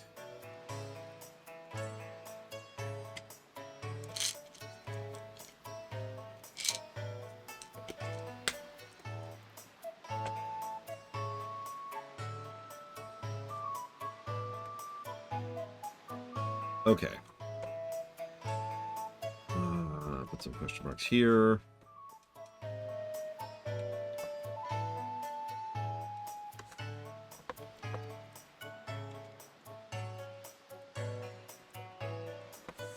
Yeah, actually. Yeah, we'll talk about the Rito later. We'll talk about that in a minute. Alright, so. My story is a strange one. I came across cursed seas from a land far away, a land where blizzards blow violently, heading for this town called Windfall. Dear me, my ship was torn apart by vicious winds, and this island is where I washed ashore. There was one other person with me. Yes, there was. But I dare say he was immediately arrested. Based on his somewhat suspicious looks and thrown right into jail. Yes, just locked up somewhere on this island. Needless to say, I'm really worried about him. Would you be so kind as to help free him from captivity? Indeed, it would be appreciated. Quest get, I suppose. Here's our coffee shop! Oh my god! And we lost Salvacom, too. The point, Lunarith, is if you don't have metal, there's only so much you can work with. But again, bone, right? One nice little bit, you'll notice almost all of their pottery and stuff is actually made out of bits of coral, not clay, which makes sense. It's so frustrating. I legitimately wonder how much of this game's underthought is because the game was rushed. Because there are elements of visual storytelling and world building throughout it. So anyways, 2 people from Windfall have been captured and kidnapped. Both of their fathers are desperate to find anyone who can rescue the little girls. What kind of world has this become? So much fear and suffering. I wouldn't worry about it. I mean, you live in the apocalypse, buddy. Welcome. Oh, you're a very small customer, aren't you? That's just fine, of course. You're free to look around. Thanks.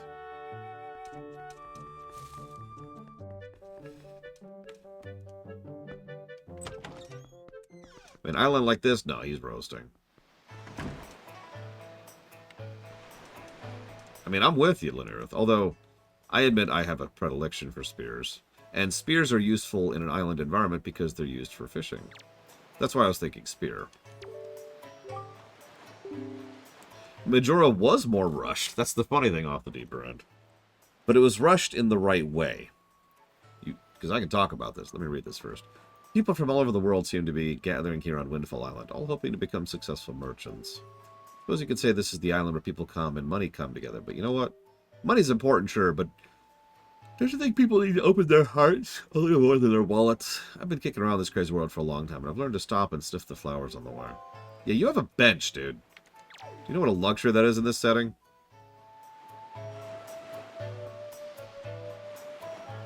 Damn it, Prigwin, I always knew. So, why was Majora's Mask, a rushed game, more polished than Wind Waker, a rushed game? Because the word rushed can actually refer to several different types of rushing. Majora's Mask was told, you've got a year. And so they went into the project thinking, we've got a year. Now, they were actually given more time later. They were given an additional 5 months to polish out the game. But the point is, they were told they had that project, and they were like, all right. And when they sat down and did the planning and figured out what they wanted to implement and where and how, they were doing it with that rushed timeline in mind. Wind Waker was not told that. Wind Waker was given a full development cycle, and then about midway through was told, oh yeah, by the way, we're cutting that in half. You got to get this out the window. See the difference? I've actually talked about this a few times before because this comes up occasionally. If you know you're going to have a short development cycle, you can do more with it because you can plan for it. You can work around it. If you're told at the last second, oh, by the way, then things tend to be an inconsistent mess. And here we are. By the way, that also applies to Sunshine. Mario Sunshine. Well, what do you think of my outfit? You don't see clothes like this often, do you? Aren't they so cute? A friend of mine who lives on Outset Island sent this outfit to me. She's an amazing girl. She can put jars on her head and walk around like it's nothing at all. You'd have to see it to believe it. Pretty much, act.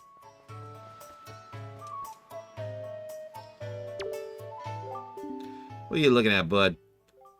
Hey, bud, what are you looking at? What, some kind of retro rube? Country rube? I mean, look at what the outfit. What a getup. Yeah, thanks, kids.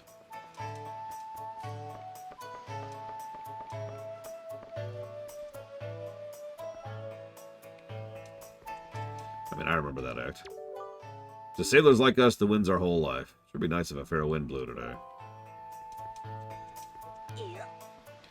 Also, you're probably thinking, wow, there's a lot of sailors here. No. It's kind of the thing. I was talking about this earlier. There are not a lot of boats, and there's not a lot of people who actually sail the waves. Most of them are concentrated here because this is the freaking trade hub. But we're seeing the majority of the sailors on the ocean here. Welcome to Mrs. Mary's School of Joy. I don't think I've ever seen your face around here, my young scholar. Are you a new pupil? What can I do for you on this fine day? I know I look a little flashy for a teacher, but I assure you I am one. How long has it been since I opened my school here on Windfall Island? 20 years? Ever since then, I've been teaching the children on this island about true joy. I do have a rather joyless problem. There's this delinquent gang of 4 young boys who never listen to a word I say. Even though I wait patiently for those boys to show up, they never come. It's as if they don't want joy in their hearts. Would you please catch their leader and talk some sense into him for me? Please, young man, for me. Thank you so much. You're such a dear. They are troublesome little boys. I'm at my wit's end on how to deal with them. But they won't be so mean to a boy their age, will they? I should think not. Good luck, young man.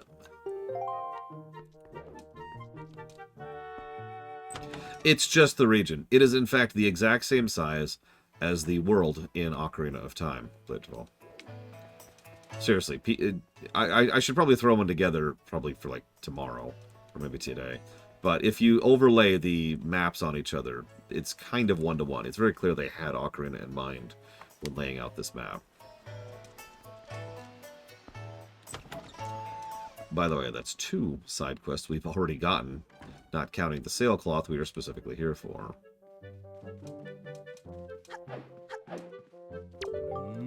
Yeah, I wonder if a boy like you will do. It's difficult to tell, yes, difficult. You see, my one and only daughter, Mila, was taken away to a frightening place called the Forsaken Fortress. I have asked many to rescue her, but it seems to be a difficult voyage, that cursed place. Oh, to see with my sweet Mila again, my precious little daughter. I worry so over her welfare. I can't recall the last time I slept more than a wink. I sincerely wonder about the wisdom of asking a boy like you to do this, but would you help rescue my daughter? Sorry, that's actually 4 side quests we've seen right now. I'd give my entire fortune for her safety. So let's go back to some world building. This is obviously the rich place. This is stupid. The idea that they have, like, chandeliers and all this crap in this setting is stupid. Because all they did was they made a typical rich place and then didn't realize the setting in which they were making it because rushed. You know what I would do? Make it mostly look like the same thing as other people, but instead, they have pots here. There's the only pots, like, in the game. So there's just these pots over here in the corner. Things like that, right? Oh, by the way, I would also make those pots drop a decent amount of rupees, like blue rupees at a minimum, as far as their loot table. So if a player wanted to farm rupees, and trust me, you want to farm rupees in this game, this would be a place where you do it at. Stuff like that. That's just one idea right off the top of my head, but that's the kind of thing I would do to indicate this. And yeah, maybe having like a platter, a table that looks like a metal door that was salvaged and is up there, and they've got like this really nice food spread out on it. All seafood, of course. No, not all seafood. It has fruit on it. Think about it. Now, if we wanted to go completely crazy with this, because this is the kind of producer that I am, what I would do is I would have there be specific types of fruit on that table. And then I would probably design a bare minimum of 3 different fruits. Bare minimum. And those fruits are only found somewhere else. So, like, this island has this fruit, this island has this fruit, and this island has this fruit. And all three are on this guy's table.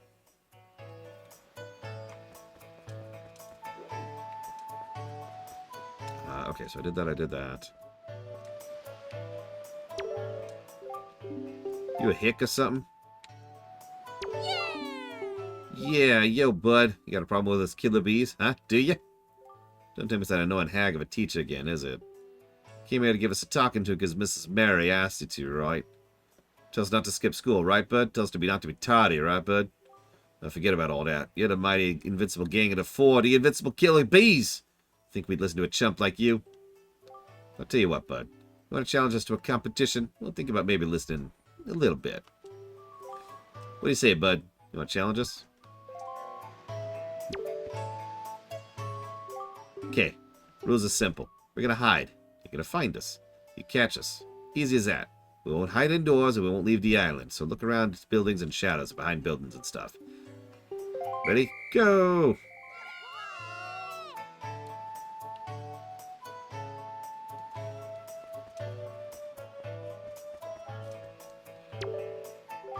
You don't look at all familiar, buddy. You're some kind of tourist or something? Here, I'll show you around. Why don't we join me for a little stroll around town? It may be cozy, but the people come from all over come here. The town's always lively. Just walking around looking at things is quite fun. That's the mark of a great town. Yeah, sure, buddy. That's another thing I'd probably do. Clothing. Yeah, I know nobody cares, but just bear with me.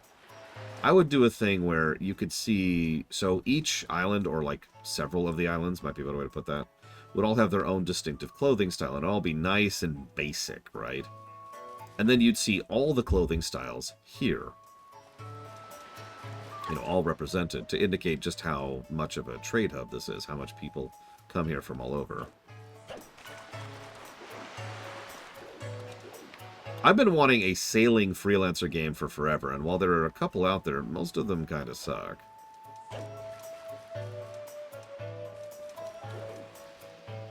At least the ones I've played.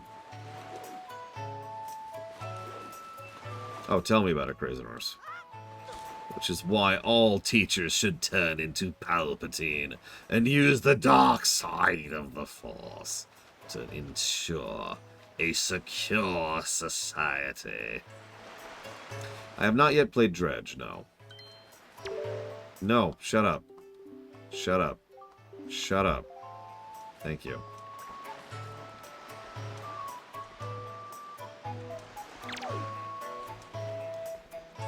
Okay, I don't remember where this kid is. I'm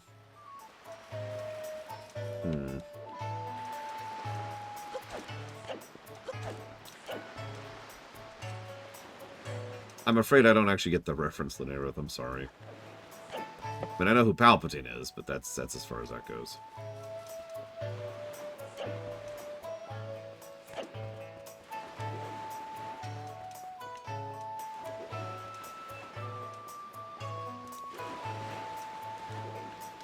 Okay. That's not what I wanted to do, but that's cool. We can recover from that. One thing I do like about this game is it pulled the Assassin's Creed 4 thing years before Assassin's Creed 4 came out. It's not really obvious right now, but the overworld really is a connective tissue overworld. It's a soft loading screen rather than a hard loading screen. So you can just sail around, sail up to an island, park there, pop out, and go into the island. Hey, Chessie's Mask. The free-form nature of it is nice. Yeah, we probably need to lean into the divers thing a little bit more, too.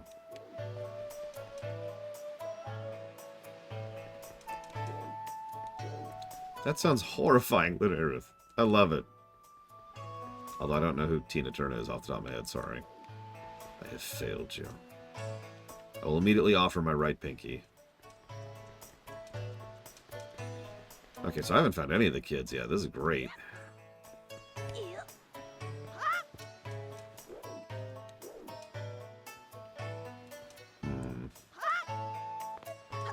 Well, in the interest of getting on with it, to Google!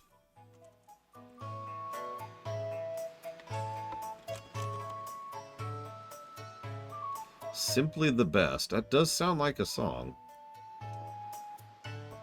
Oh, I think I have seen her in Mad Max 3? 2? I don't know.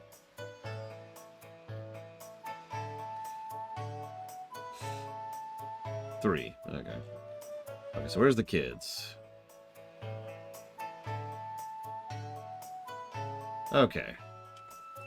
Have a walkthrough. Walkthrough get. Oh god, this gives a heart piece.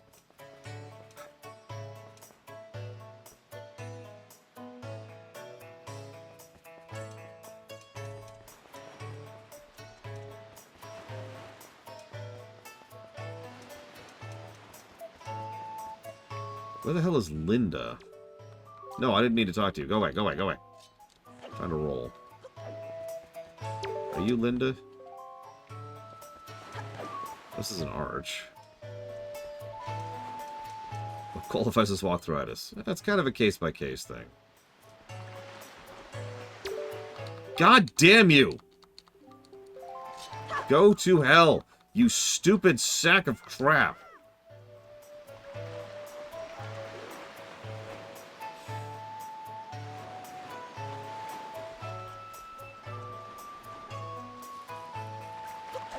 Yeah, no, walkthroughitis is very much you know it when you see it. Oh my god. Oh my god, die, die, die, die, die. Okay, okay.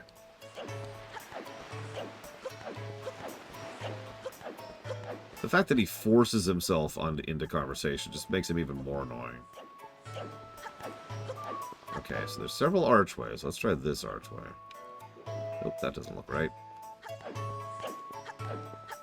Try this archway. Hello, Evo. I've been killing poor people, as per your directive.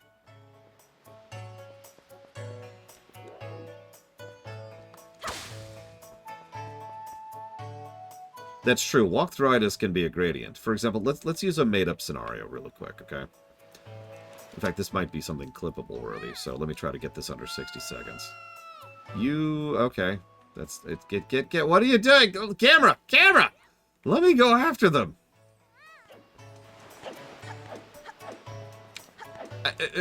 But you're not allowed to turn around, you dumb kid. I caught you. Accept it. Tag. You're it. 60 seconds. Let's assume for a moment that you were to have something where you had to go look up a walkthrough in order to be able to get a heart piece in a Zelda game. Okay, that kind of sucks, and that's not great. You really shouldn't have to use a walkthrough. There should be some kind of guidance or some kind of indicator somewhere, like what Majora's Mask did so well, with the bomber's hints, and the notebook, and the people in town, and just general exploration. However, so that's like one negative, right? However, if you were to say need a walkthrough to figure out how to progress through the main quest, like you literally cannot get to the next area unless you go over here and you sniff this rose 3 times. Sniff, sniff, sniff, sniff. There we go. And then we go this way and we interact with this. That's terrible. That's probably a triple negative. But hang on, there's a gradient here. Because let's say there's a gameplay mechanic like Breath of Fire 3's Master System, great example, Ross, which is a important core mechanic to the game that they never properly explain, and so you never really find out how it works or where to find the Masters or who should be attached to what. So because that's never really properly explained, it's not mandatory, like the main story progression thing, and it's not super optional like the heart piece thing, it's kind of in the middle. So walkthroughitis is a nice big gradient in between them, and all of it sucks. It's just how much it sucks.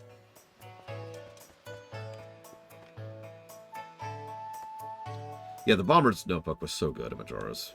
8 positives to gameplay, and I stand by that firmly. Okay, so that's that kid.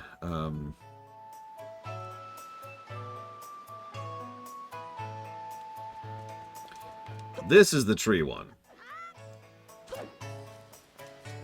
Oh god, the Federal Network. I'm ready. I'm ready. Hooah!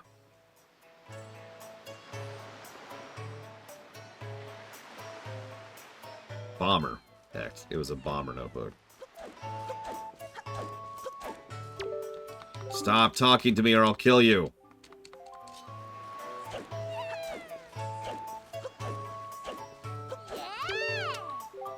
Ah, you got me.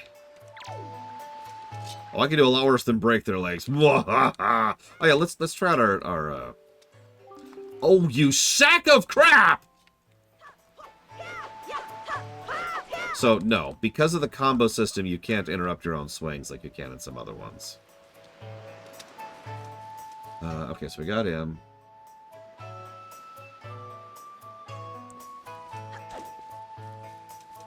See, I thought there was one behind here, but I didn't see anybody. No, Mr. Red. If you give a scam artist money, that doesn't get rid of them. That makes them worse, because now they think you're a mark. It's best to think of scam artists like cats. If you feed a poor hungry cat, the cat doesn't go away. The cat's like, aha, now I've got a source of food. Oh, the bloom is terrible writing. Yeah, sure, Jesse's mask. Uh-huh. Wink. I believe you. Wink. Wink. Alright, so. Guys, I think Jesse's mask is actually a scam artist. We need to kill him. And yeah, never feed the trolls. Never feed the trolls. I'm gonna murder you so hard, kid, if you don't come back here.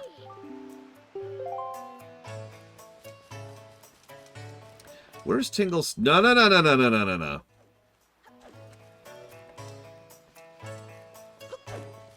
everyone, Mr. Red.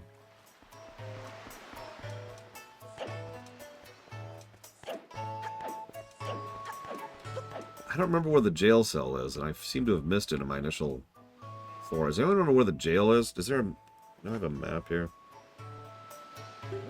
Oh, that is a useless-ass map. Wow. The map continues to not be good in this game. Jesus. Okay, so... Jail.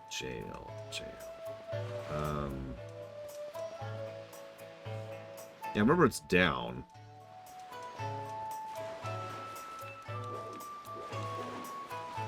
See, this is one of the reasons I think that you could really make... Like, get rid of the metal thing. Obviously, you know, I like world building. Of course I do. But part of the other reason I would love that idea is it would make getting, like, the super mega awesome sword later on so much more impactful. Because it's a sword. Right? Like, it's metal. You have successfully gotten a metal sword. Holy crap. Like, do you know how extraordinarily rare and valuable that would be in a setting like this? Pretty much, PM Triox. Like, here, you want to see the map? Hang on. This map is hysterical. Give me a second. We need to go down here, and then pull up the webcam, which is right here. There it is. So there's... Oh, geez, that's hard to get. Let's try that. There we go. So there's our map, right?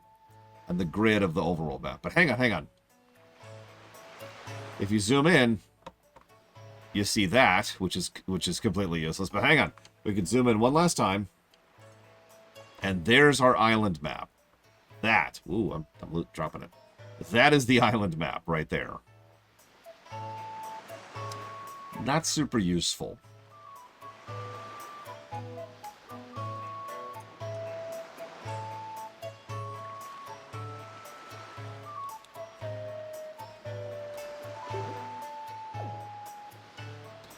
That's negative worthy. That is not a good map. And the dungeon map wasn't good either. Okay, so, right. Jail is up here. I do remember where the dancing guy is.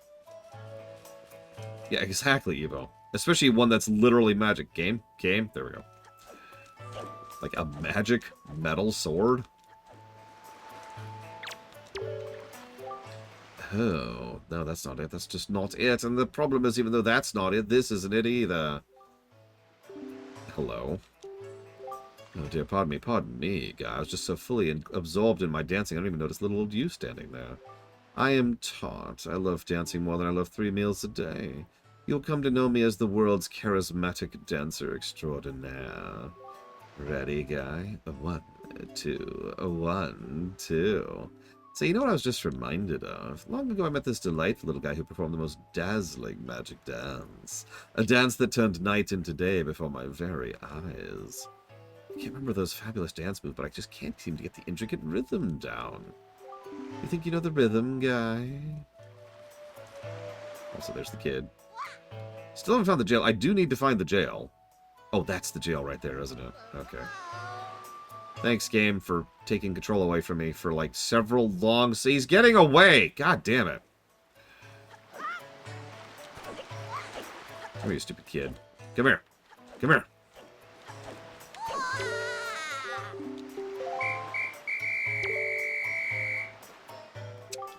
I can't believe he found all 4 of us. And he caught us all, too. Talk about utter defeat.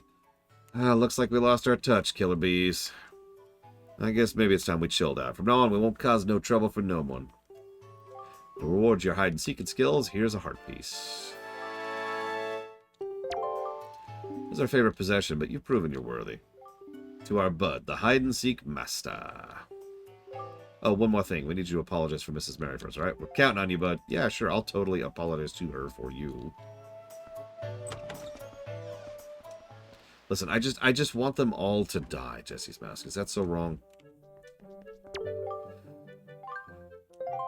You did it, didn't you? You said something to those delinquents for me, didn't you, dear? You can't fool me. I watched all the way from the shadow of my door. You really are a dear.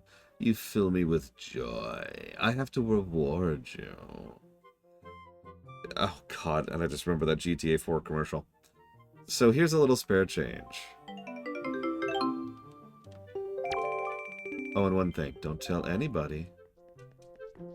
I do think these little paintings on the wall are very cute. Words of joy. Breathe deep and read aloud and proud. Joy is hidden in all places of the world. You must widen your eyes and search for it. First joy you find earns you a present. With 20, you become a joy steward. With 40, you're a map to great treasure. Aren't all these things joyous? Me, you, will all be full of joy. And there's like pictures of the kids up there. Probably self-portraits. Adorable. Listen, I'm not a bully, I'm a murderer. There's a difference. Now, if you'll excuse me, I'm going to go bang this married teacher. Hey, sounds like you apologized to teach for us. Good old Mrs. Marnie. And speaking of, did you know it's going to be Miss Mary's birthday soon? Oh, boss, you think we should give her some kind of present or something? Don't be stupid. We're the killer bees. We ain't no Teach's pets. But Teach loves jewelry and junk more than anything else in the world. What'd she say into these days? What'd she call them? Joy pendants? Really? Where do you find them? Are they just lying around? If we could find some, we could give them to Teach as a present and she'd be all happy. Now, think about it. When I was climbing the trees the other day, I saw some sparkly light on top of a tree in town. What was that? Yeah, it's one of them pendants. What do you think, boss? That's crazy talk. Right. Hang on. So first, let's go save Tingle. Sorry. Spoilers.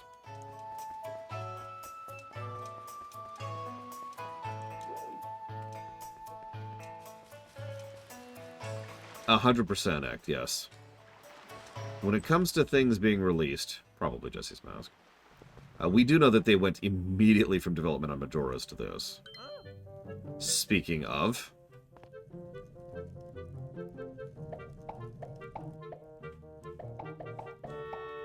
Alright, bye. No, hang on. Yeah, I see the same green clothes and the same green hat. By the look of you. Sir, could you by chance be a fairy? Did you feel my telepathy? That's why you saved me, isn't it? Isn't it? Do not worry. Tingle knows without you telling him. Sir, yes, sir. Tingle's my name, and I've been looking for you and your kind, for I too long to be one of the fairy folk.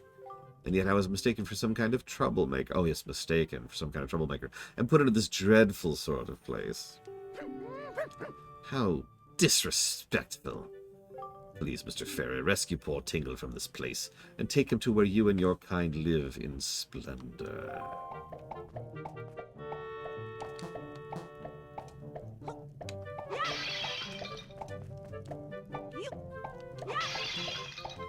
I mean, look at this. There should not be jars here. All right, I'm done. Now, Tingle started off as a fairly basic character in Majora's Mask, who was fine. No real issues with him.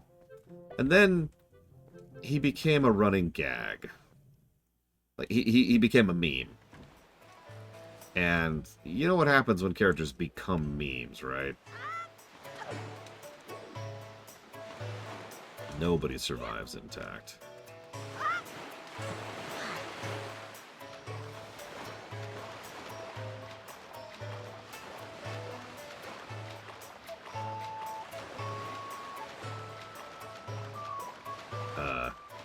Apparently on this side of the island I thought I wasn't. Okay, this might be bad.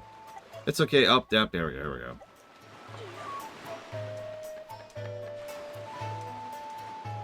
Probably not, Mr. Red, but you never know.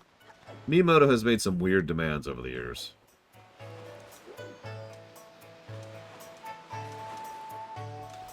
True. Blade Travel, very, very true.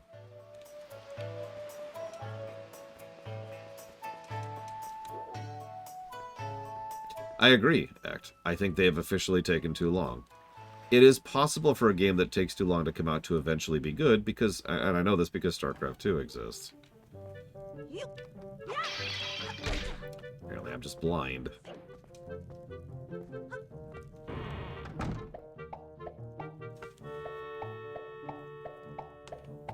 Or Psychonauts 2, or Diablo 3. Yay! Hell, WoW Legion was like a year in development. Which I know doesn't sound like a long time, but... Here's Tingle's heartfelt gift of thanks.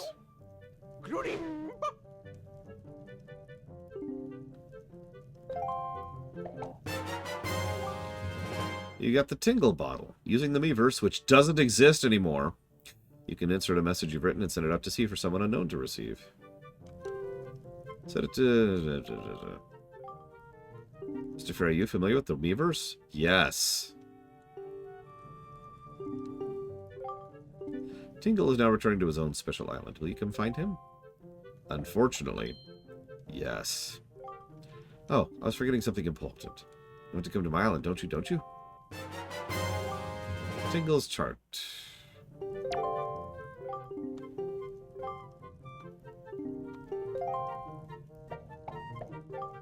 If you ever give your Tingle bottles that extra little oomph that all Tingles crave, you should check the back of this cell. Check it right out.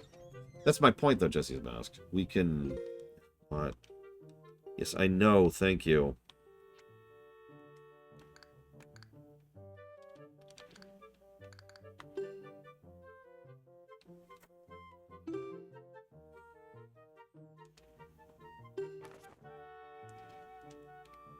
Cool.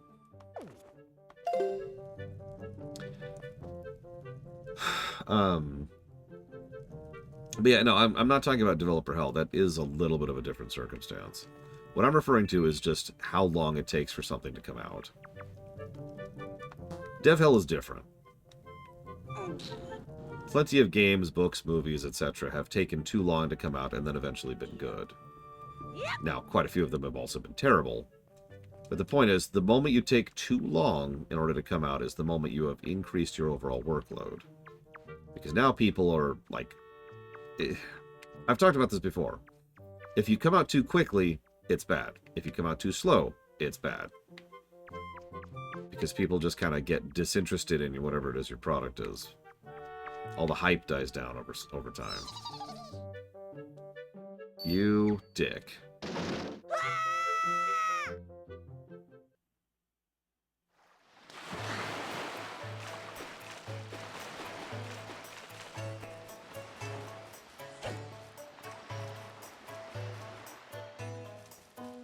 Yeah, longer dev time. So it's actually, yeah, it's a lose-lose situation.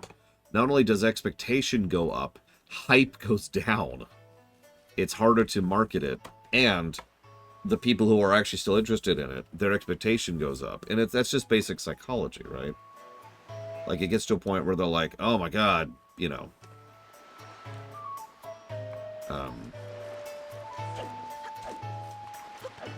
If I have waited X amount of time for a certain thing, then commensurately it has to be worth the amount of time I waited for it, even though reality doesn't conform to that at all.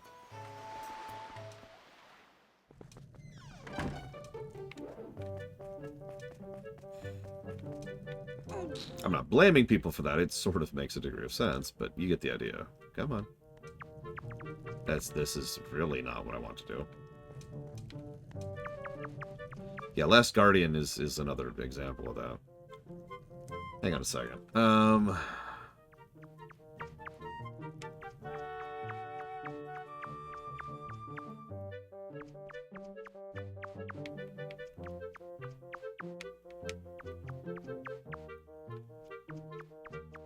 was actually on the right path, it looks like. Just from memory. I'm kind of impressed by that.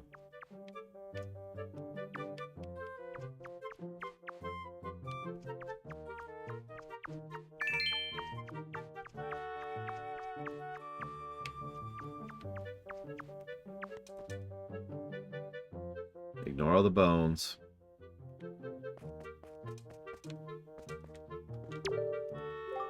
Date unknown. At last I have succeeded in stealing the Picto box I desired for so long. Succeeded, yes, but sadly, due to a slight mistake on my part, I was also caught. I have been imprisoned, but I do not give up so easily. I refuse to give this wondrous box to my captors. I have decided to hide it in here in the depths of my cell and then make my escape by tunneling out. Yes, that is my plan. Of course, if I ever successfully escape from this prison, I shall one day return to recover the Picto box. I'll write the controls in case I forget them. Tutorial. It saves up to 12 pictures at a time. I just wish I could get out and start taking pictographs. Yeah, this is definitely inspired by Majora's, by the way.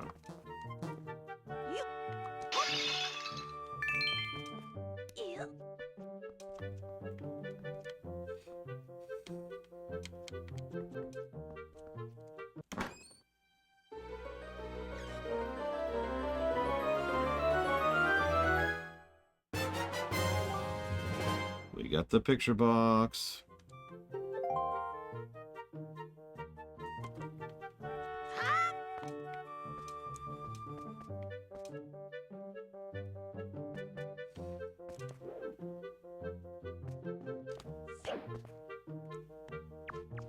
I mean, isn't this where you go to eat people, Crazy Horse? You gotta keep that stuff hidden, obviously. Oh no! We got the camera.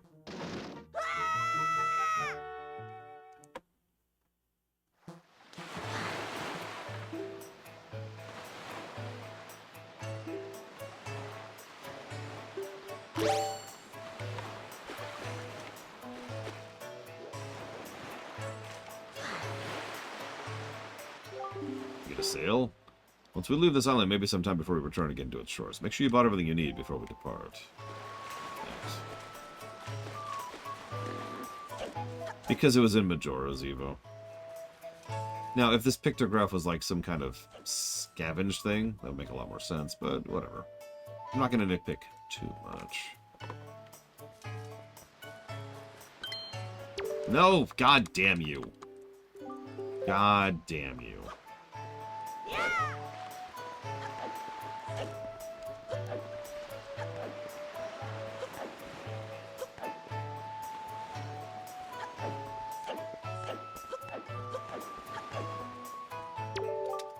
Really, you rescued him. That's news I deem rather great. You are one stand-up individual, indeed you are. Now, I apologize, but I have another favor. I'm actually considering starting up a little shop on the island, but I'm having trouble funding my venture. I have but one asset to my name. I wonder if you might buy it from me, perhaps. People on this island have no interest in venturing out of these dangerous seas, so that my chance of selling it to them is rather bleak. The bleakest I can describe. I'd really like to ask 200 rupees for it, but as a favor for rescuing my friend, perhaps we can strike a deal. How does 80 rupees sound? Yes. Thank you very much indeed. I have received precisely 80 rupees for it. I can use these funds to finance my new business. Oh, what a happy day. Very well, young master. As promised, please take a sail. You made a good purchase today, young master, and you have saved my life and business as well. Treasure it dearly. It is the finest sail in the world. You say that.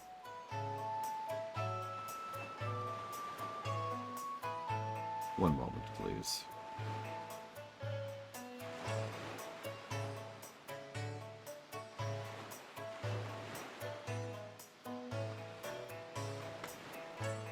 I know, right, Jesse's mask? He's just like, thanks very much. Also, thud.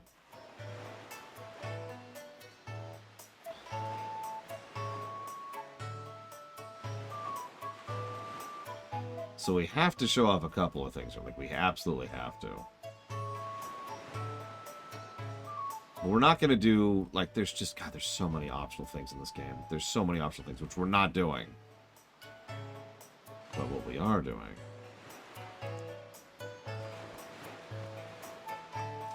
So we have to show off the best part of the game.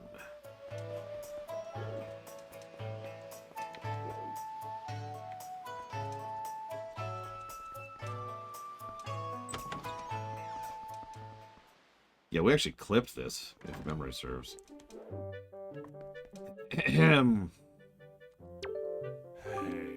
Hey, welcome.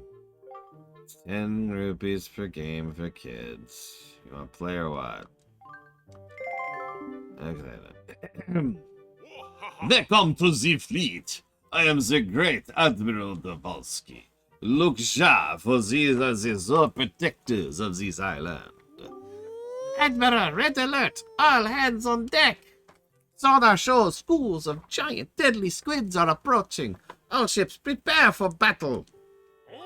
What? There. Oh, I see the fiends approach. There are 3 squid groups. It's Battleship. Take command of the new radar system to sink out these fiendishly hidden enemies. But be warned, you only have 24 cannonballs. Yeah, I get it. Let's play Battleship.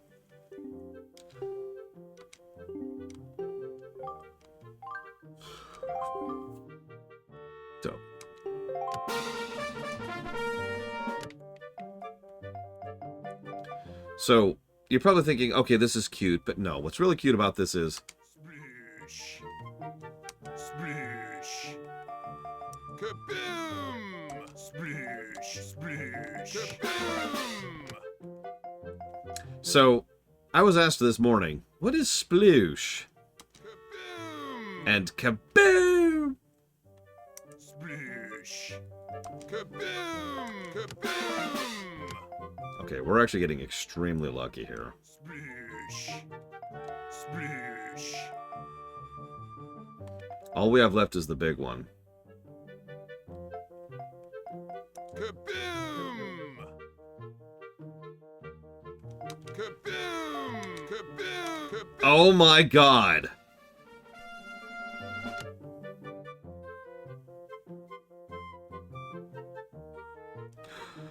Okay, so for those of you who don't understand how crazy that is, the last time we streamed this several years ago during the lore run, just for a lark I showed this off and got extremely lucky with it. It's even in the highlight reel for that video.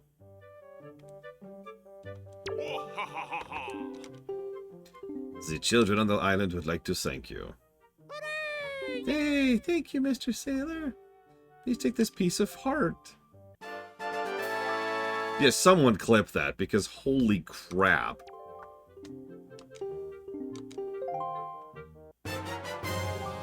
Like,